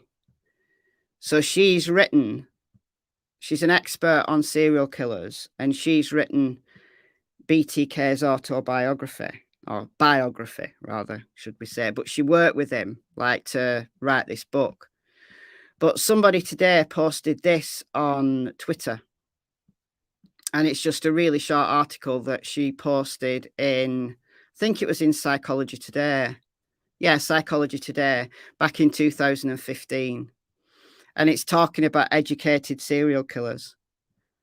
So it's interesting just how many serial killers are very well educated. So she says, hold on, put that one in front.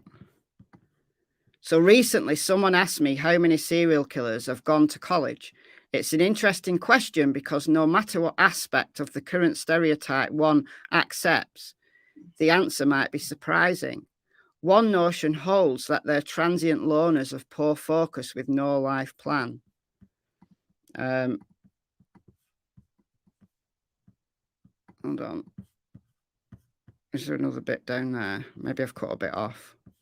But anyway, so she went on to talk about the fact that not all serial killers are, you know, transient, homeless, whacked out on drugs, and they're actually highly educated, some of them. So she's listed a number of the most educated serial killers.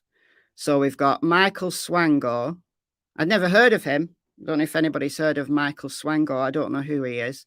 H.H. Holmes. Now, I did a Crime Stories Sunday on him last year. And he's like one of the old OG serial killers, like one of the first that was documented in the press. Absolutely insane. Go and listen to Crime Stories Sunday when I went through his crimes. Absolutely insane. Oh, hold on a minute. What have we got here?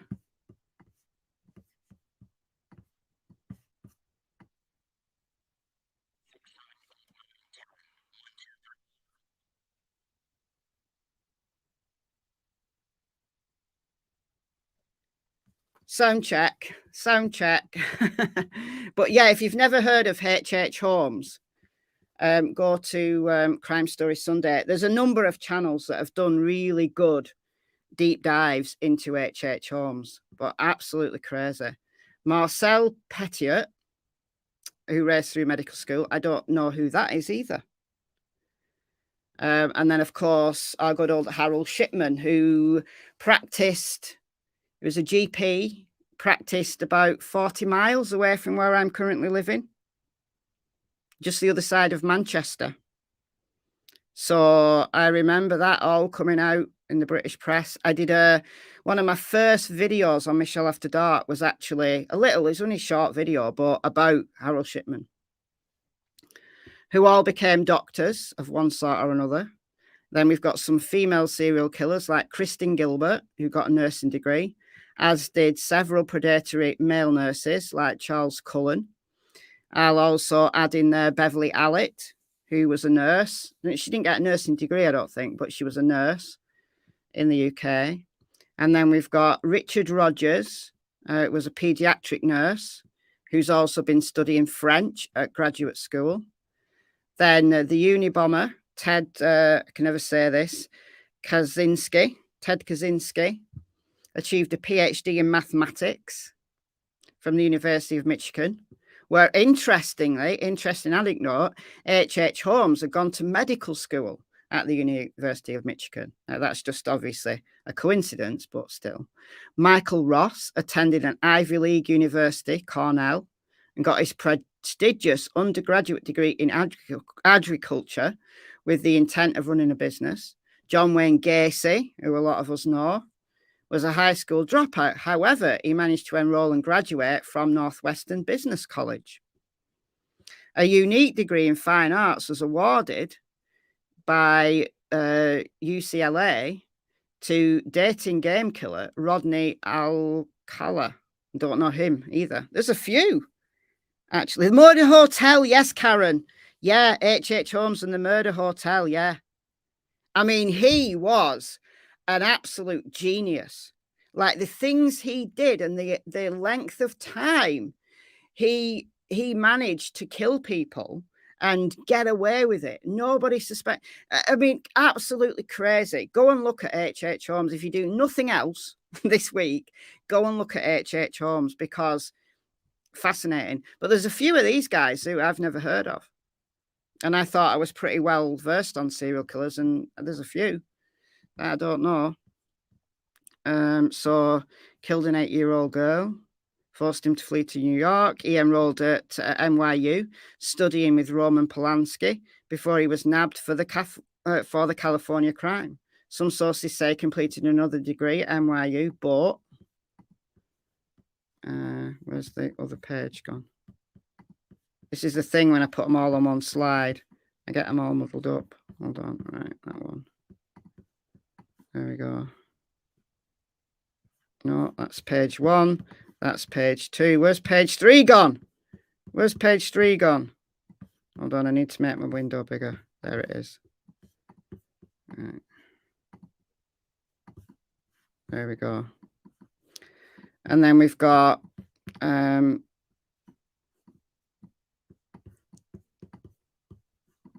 hold on, now I'm going to have to move it over there to be able to see that.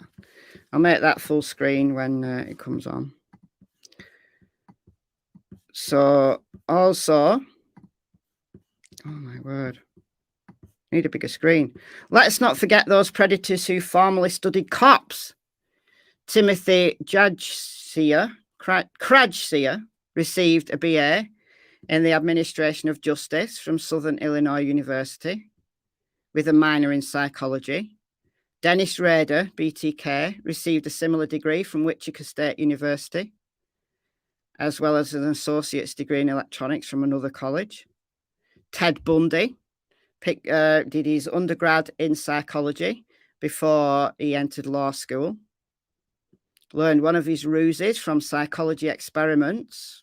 Colonel Russell Williams, formerly the commander of a large Canadian military base, received a BA in economics and political science at the University of Toronto.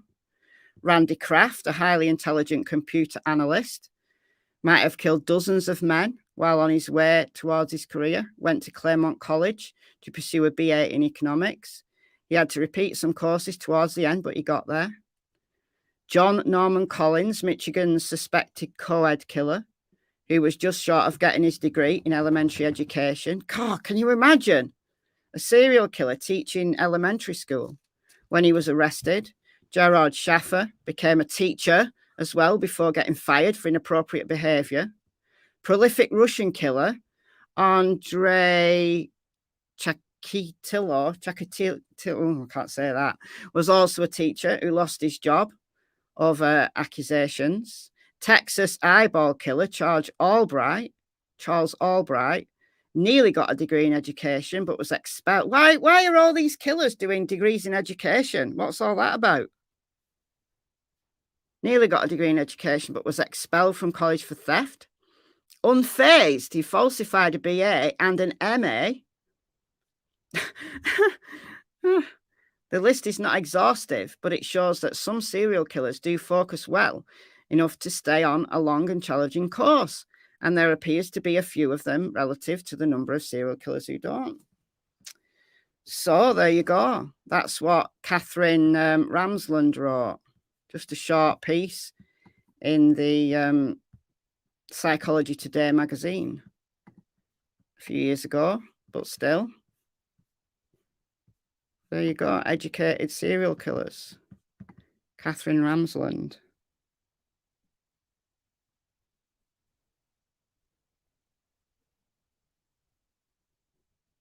What will be Bryan's defense? Well, who knows? Right, it's starting. gonna just don't save that. Let's get on to this.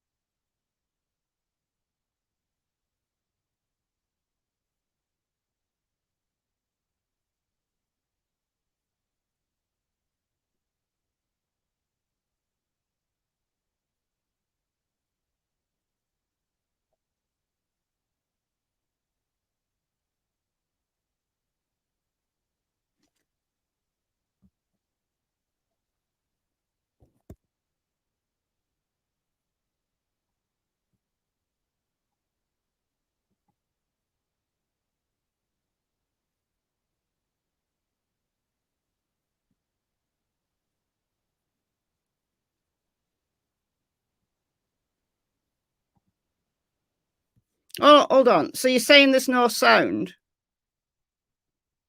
You're saying there's no sound? Okay, all right. I need to. There should be. There really should be. Right. Let me check this. Right. Is the sound now?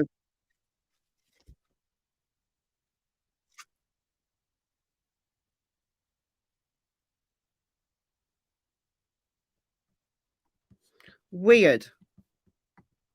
Weird, weird, weird. Okay, let me do it this way.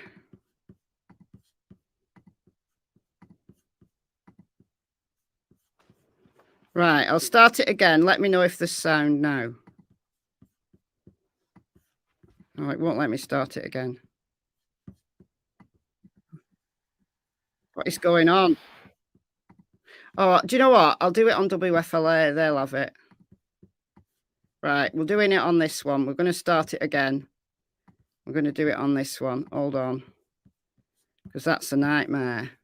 I don't think StreamYard was picking up the audio on it for whatever reason. So we're going to go back to WFLA, who have it on, and then we can just rewind it a few seconds. All right, so I'll mute out on this. It should be fine now.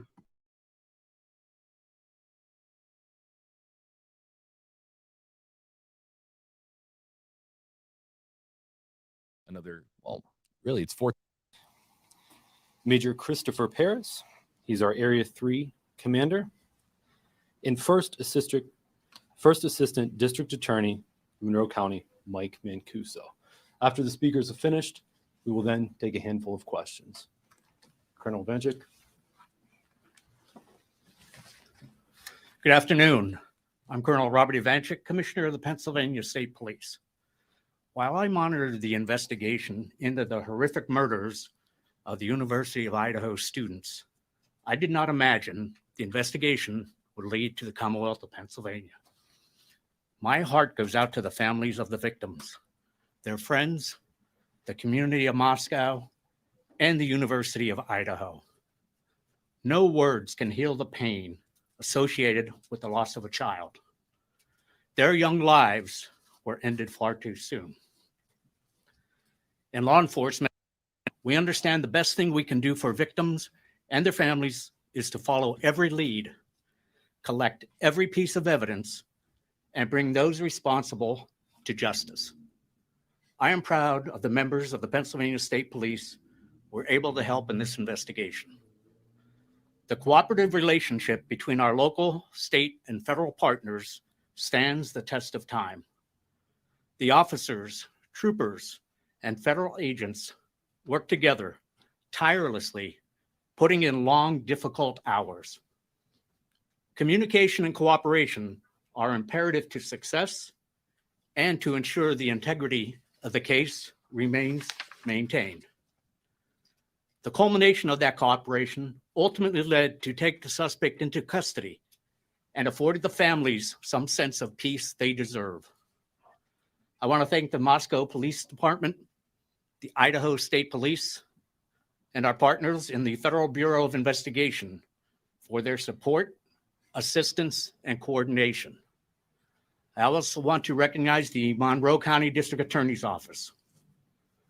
And finally, I need to acknowledge the members of the Pennsylvania State Police, specifically members of Troop N, our Bureau of Criminal Investigation, and our Bureau of Emergency and Special Operations, who assisted in safely taking the suspect into custody in the early morning hours of December 30th. As previously indicated by Chief James Fry of the Moscow Police Department, specific details regarding this investigation cannot be released until the suspect is extradited to Idaho and presented with the probable cause affidavit. At this time, I will turn the microphone over to Major Christopher Paris, Commander of Area 3, who was involved in the coordinated efforts to take the suspect into custody. Thank you, Colonel. Area 3 comprises troops F, P, N, and R, and is made up of 1,000 approximately of the women and men, civilian and enlisted, in the northeastern part of Pennsylvania. I'd like to introduce to my left Captain Norm Kramer, who's the commander of Troop N Hazleton, which is comprised of Carbon, Monroe, Columbia, and parts of Luzerne counties. I would like to reiterate, as the colonel said, that Idaho law prohibits any release of information contained within the affidavits.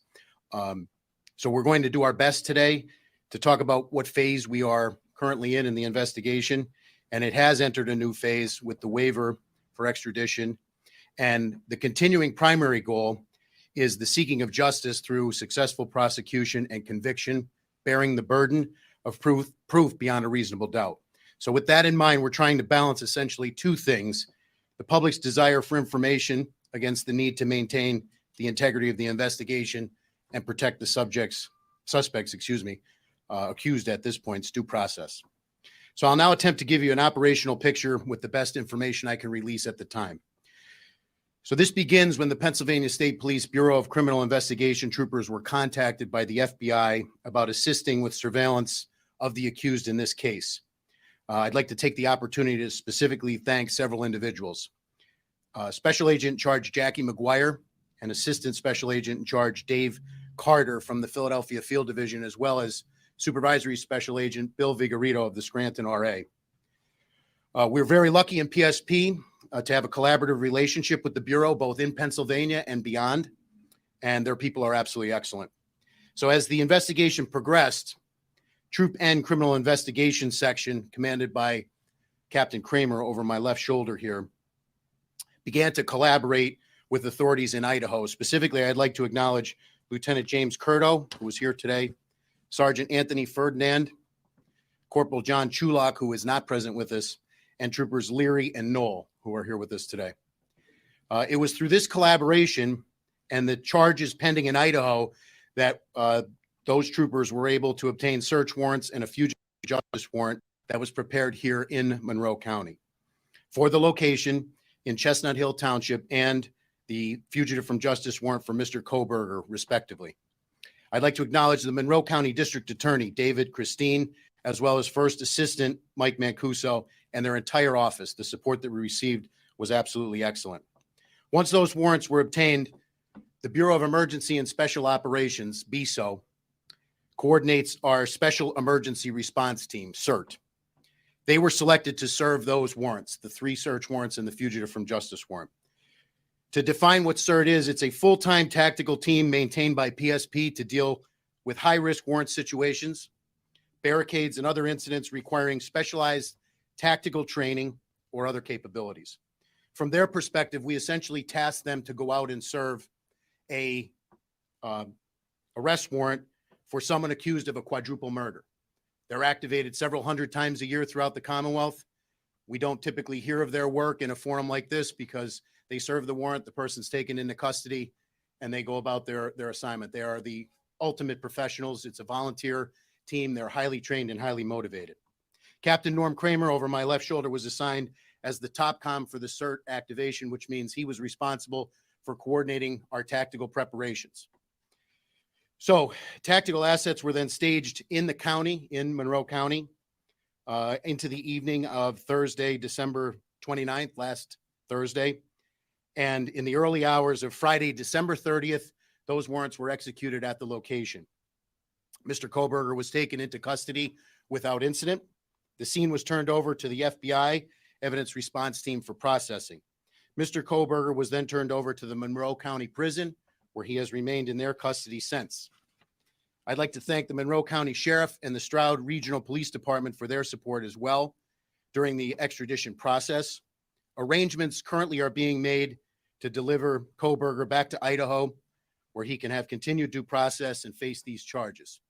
So it's with that, I will turn it over to First Assistant Mike Mancuso. Thank you, Major. Good afternoon, everybody. I'm Mike Mancuso with the DA's office, the First Assistant District Attorney. I want to give my condolences to the families of the victims out in Idaho for their loss.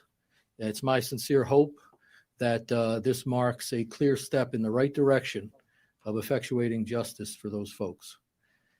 My office's role was relatively recent. We weren't advised of the presence of the defendant in our county until only a couple days before the apprehension of the defendant. But when we were told, we came together and worked very closely with Captain Kramer, who did an excellent job in almost like a clockwork operation.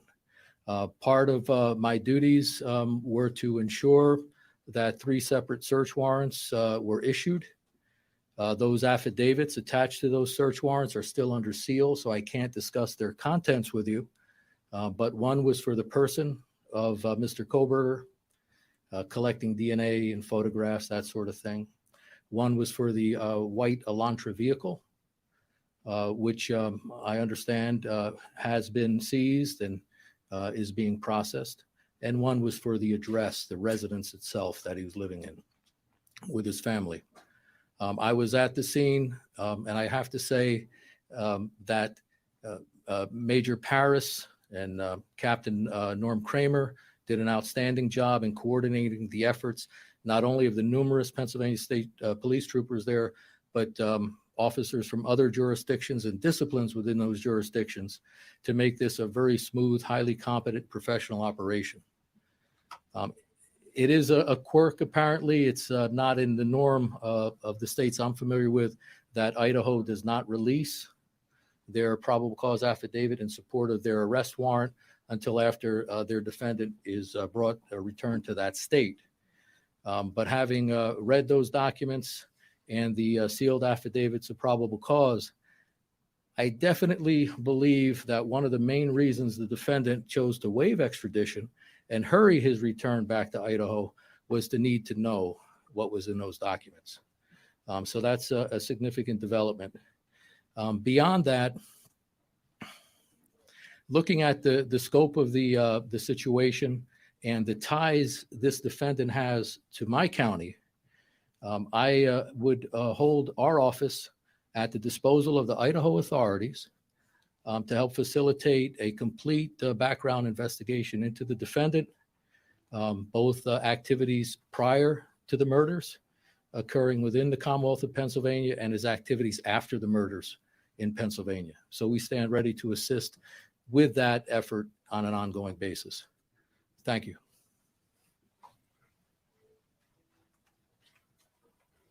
We can now open it up for questions.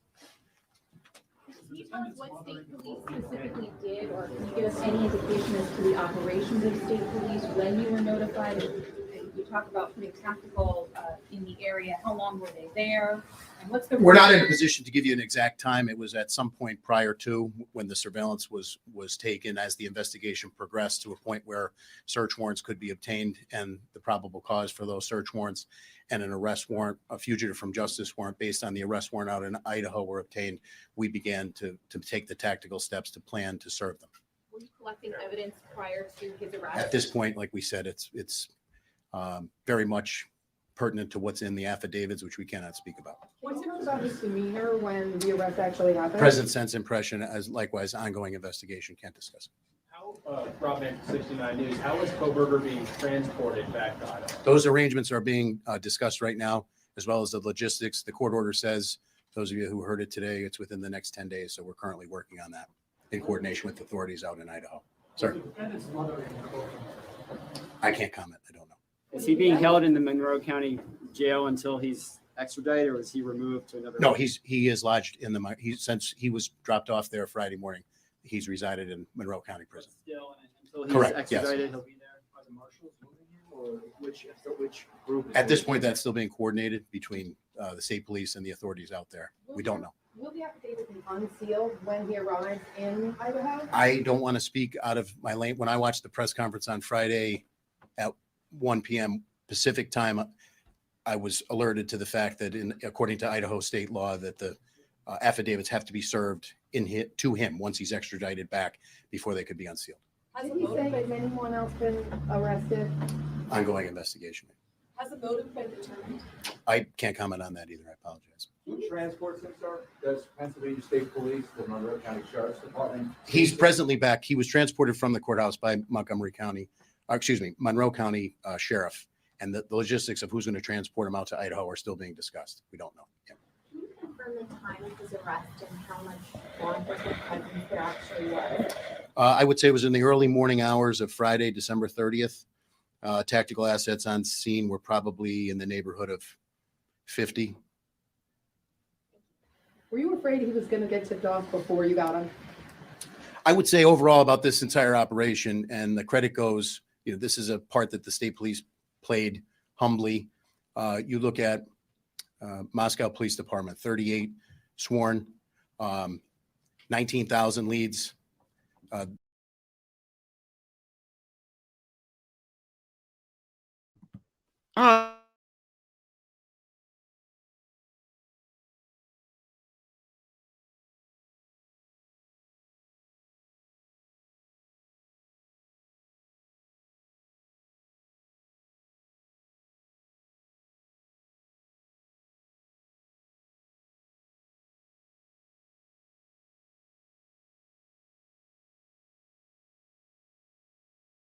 Scene were probably in the neighborhood of 50. Were you afraid he was going to get tipped off before you got him? I would say overall about this entire operation, and the credit goes, this is a part that the state police played humbly. You look at Moscow Police Department, 38 sworn, 19,000 leads. The video evidence that they had to develop in order to put that out, all public source information. But when you talk about the service of a high-risk warrant for someone who's committed or alleged to have committed 4 homicides, there's nothing routine about that.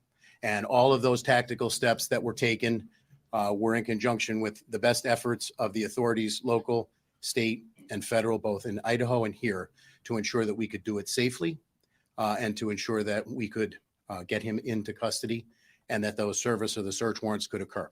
Sir, can we ask a question of the First Assistant District Attorney?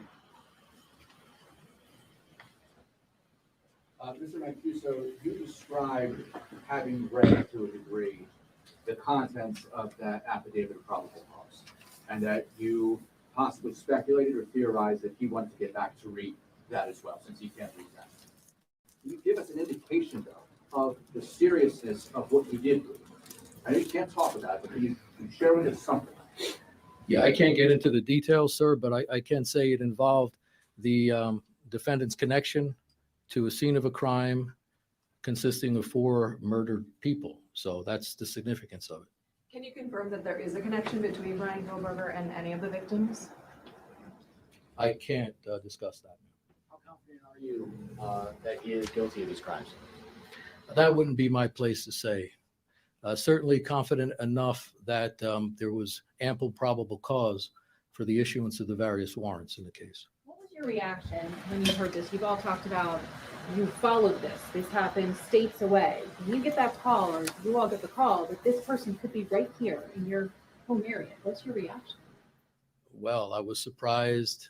Really, Monroe County of all places. It hits close to home. It's a normal human reaction, I would think, under the circumstances. Do you know when he and his father left Idaho or Washington and drove to Pennsylvania, what that date was? No, I don't know the exact date, ma'am. Approximately, we understand the middle of December. Is that correct? I think that's approximate. And what about, we heard reports that they were stopped not once but twice on the highway. Can you elaborate? I'll defer to his Pennsylvania public defender on that. do you have reason to believe that Kohberger is connected to other crimes and unsolved mysteries in the area? I wouldn't answer that question at this time. We start looking at some that may be unsolved, what if we move around? That would be a normal thing to do. Question for the PSP here. Said he was taken without incident. Was it safe to say that, I shouldn't say it's safe to say, but did it seem like he was expecting? I wouldn't comment on what his present sense was. I would just comment that the professionalism of the CERT team and their tactical training definitely proved in a situation like this to do it in the most tactically sound and fastest way possible. Was there anybody else in the house at the time? Yes, parents were in the house at the time. Did they say anything to you? Again, present sense impression. I can't comment on that ongoing investigation. You break down the door? Force was used. The warrants were issued for evening search warrants, which in Pennsylvania requires additional probable cause in order to serve them at the hours of darkness.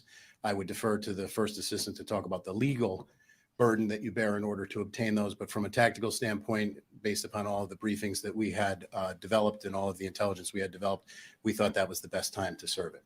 And what tipped off that Pennsylvania was involved with this? We were alerted by the FBI. Troopers in the Bureau of Criminal Investigation were alerted. Anything on like his social media pages that tipped anything? I can't comment. I don't know. So that was parents been cooperative in this whole process. Can't comment. Ongoing, like I said. The state police's role here was to serve the warrants and assist with the surveillance, which we've done. We've been part of major investigations. You know, these are men and women who take an oath to protect their communities and the Commonwealth here. We're very humbled with the opportunity that we had, given a case that has really gained international attention, to play a small part in it. And our hat is off to Moscow PD again with the size and the complexity of this investigation and the work that they've done to get us here today. And this is only the beginning of the next step. If it's determined that anyone here in Pennsylvania either helped to conceal or dispose of any evidence, then you would be a part of this case, or would it go to... I would say that we would pledge whatever support we can for ongoing investigations with the Idaho authorities here in Pennsylvania. Absolutely. We would help them in any way we could. Were there any weapons found in the home? I don't want to get into what was actually seized in the house pursuant to the evidentiary nature of it. Can you give any insight into why you all decided to go in overnight to make the arrest? Those are tactical decisions in terms of base surveillance. I don't want to give out too many tactical factors that go into that situation, but obviously surveillance was conducted and we wanted to go in at a time when we thought it would be the safest for everybody, safest for anybody else in the house, safest for Mr. Kohberger, and safest for our people. There was an interesting question asked earlier about the care that needed to be taken to not tip the suspect off. Could you describe how long that lid had to be on things and how many people were involved in it? Like how many people knew and for how long? So I would say, I would answer the question this way. I don't want to get into a timeline in terms of when we were notified by the FBI and when the surveillance began. Obviously, we know on Thursday night into Friday morning is when the warrants were served. I would say, as a credit to the professionals, both standing behind me and others not here, many others not here, the information was held very close.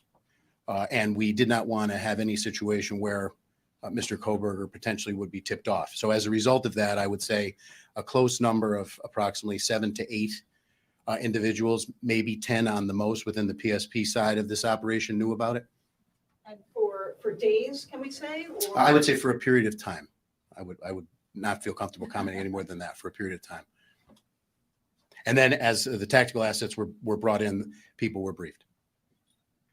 When the movement plan is finally decided, will there be an announcement? Will not from the state police. So we would defer to Moscow and the authorities in Idaho. When he starts leaving Pennsylvania. Well, we have security concerns now, obviously, to move any prisoner. Anytime you move somebody from a secure prison to another place, we don't want to, there won't be an announcement from the state police in terms of those logistics, but they're being worked on right now. Can you give us your best guess when you think he might be moved roughly? Tomorrow? We would like to do it as soon as possible, but the court order says 10 days. We have 10 days to coordinate it. Can you potentially be on a plane tonight? Is it possible he could be on a plane tonight? That's a possibility, right? I would think that's probably not likely. Private plane, or would you fly commercial? We're looking into that right now. Can you confirm or deny that a window was broken in order to gain access into the home? There were multiple windows that were broken, I believe, to gain access, as well as multiple doors. I think the video of the house after the fact confirms that. And that would all be part of the tactical plan based on the floor plan of the house, et cetera, and what the CERT operators would do to serve those warrants. Was the suspect on your radar before, and are you looking at any connections? Wouldn't comment on that based on the ongoing nature. But how about it? Did he have a criminal past? According to the UJS, I didn't see anything. Can't comment on a person's criminal history during an ongoing investigation. Sorry, Mr. Mancuso said that you stand ready to assist in giving the complete background to the defendant. What specifically is law enforcement interested in? That'll be the last question after Mr. Mancuso answers. In any case of this nature, and I prosecuted a fair share of homicides, double homicides, that sort of thing. You want to look at any evidence of possible motive. You want to look at any evidence of a pattern, of modus operandi or method. You want to get into the subject's character, mental state to the best you can, that sort of thing. So it'll be an all-encompassing effort, which we stand ready for. Okay. We have our ways. Okay, thank you. Thank you. Thanks, everyone. Just for a quick spelling, I'll give everyone the spelling of everyone's name. It was included in the media advisory, but just so we have it.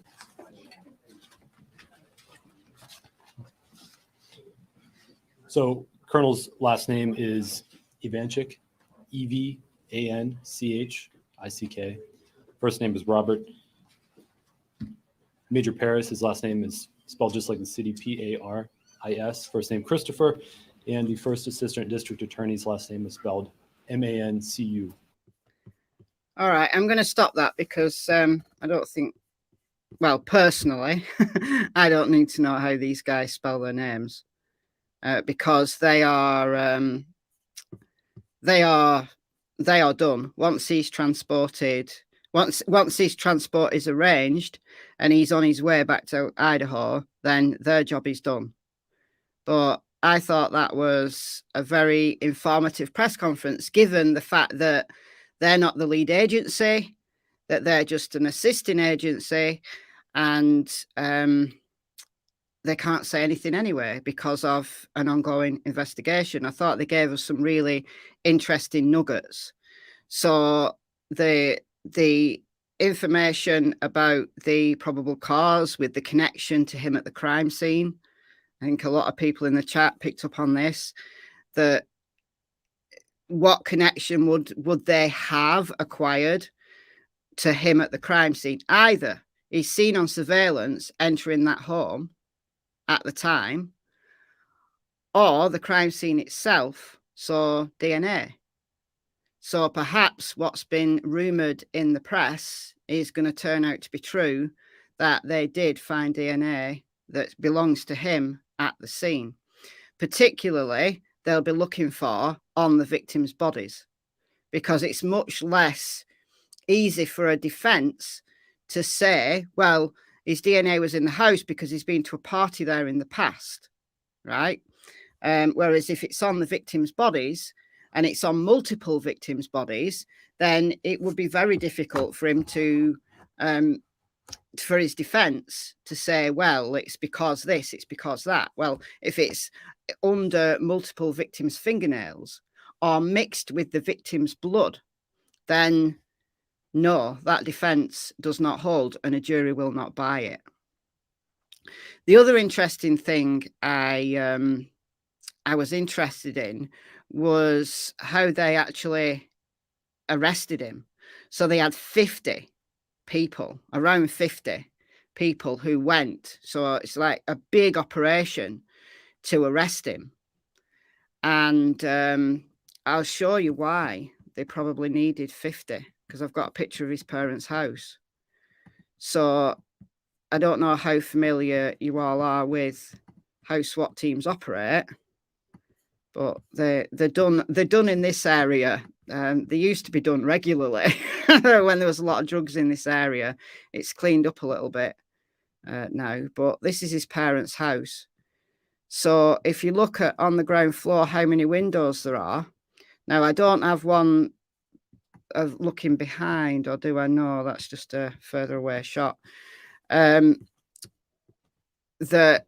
they will need officers at every window and every door. So the fact that they brought multiple windows, what I think they did was that they all busted in at the same time. So it takes the household completely by surprise.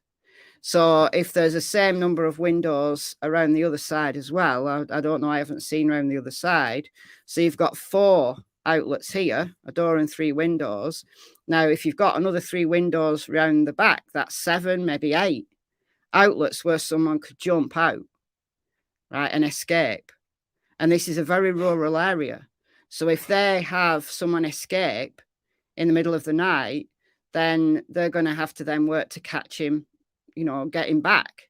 Now, they will have had a helicopter on standby, but perhaps not over the top of the house immediately, because that would be sound that would alert. So they're not going to have a helicopter whirring overhead, right? But they'd have one on standby.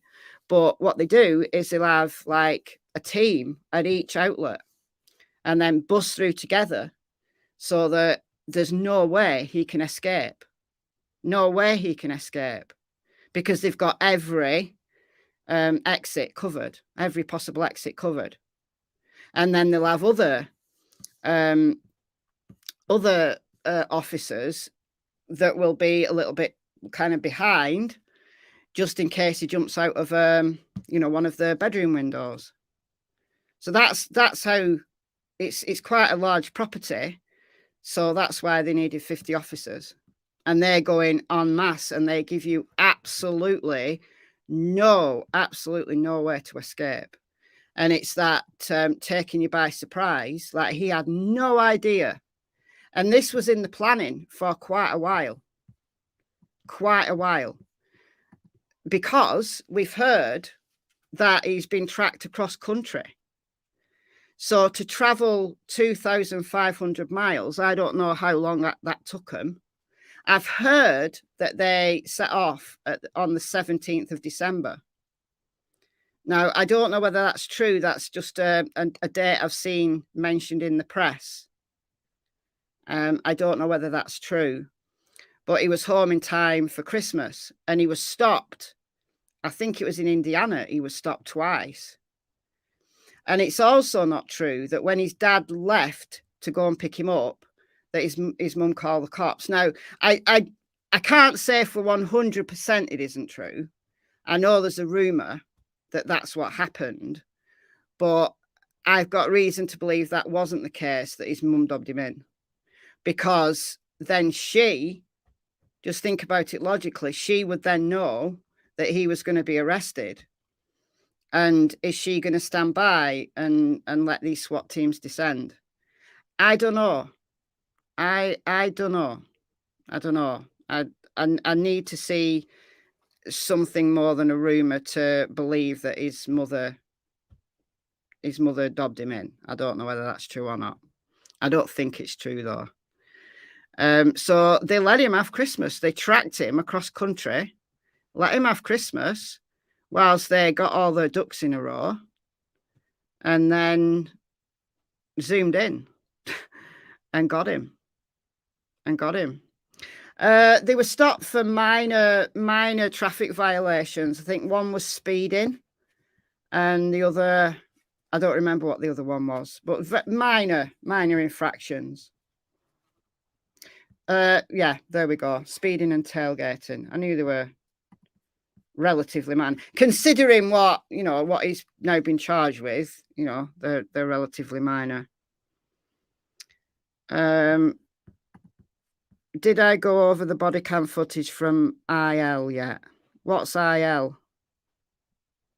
Do you mean Idaho ID? I've seen the body cam footage. Yeah, I've seen the body cam footage. Yeah,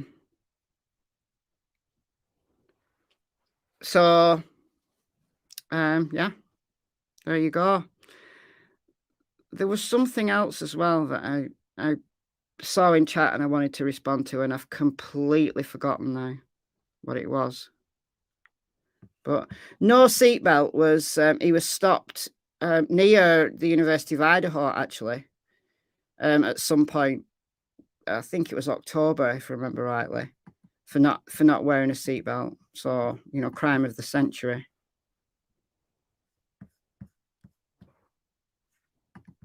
Oh, Illinois. No, then. If you no, I haven't seen any body cam footage from Illinois or Indiana. No, there's no body cam footage from his arrest. No, that won't have been released. No.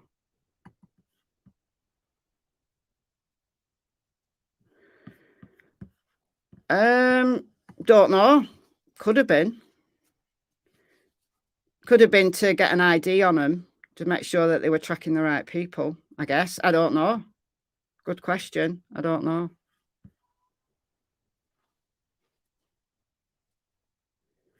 Yeah, possibly. I don't know. Or genuinely, it could just have been traffic cops who saw him speeding and who knew nothing about who they were.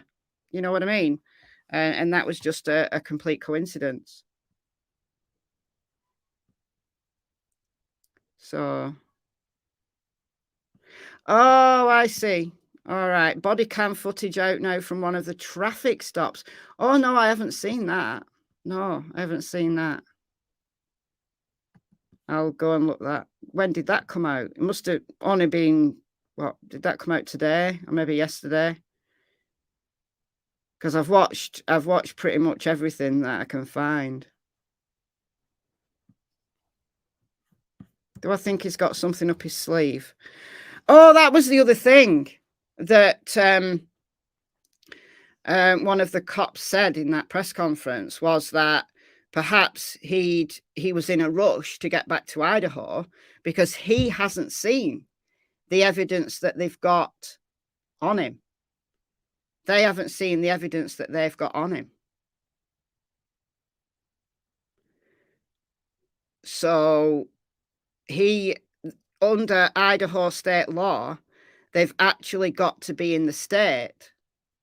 TMZ has it. All right, I'll go and find that. Thank you, because I wasn't aware of that. Entin is showing it. What is that?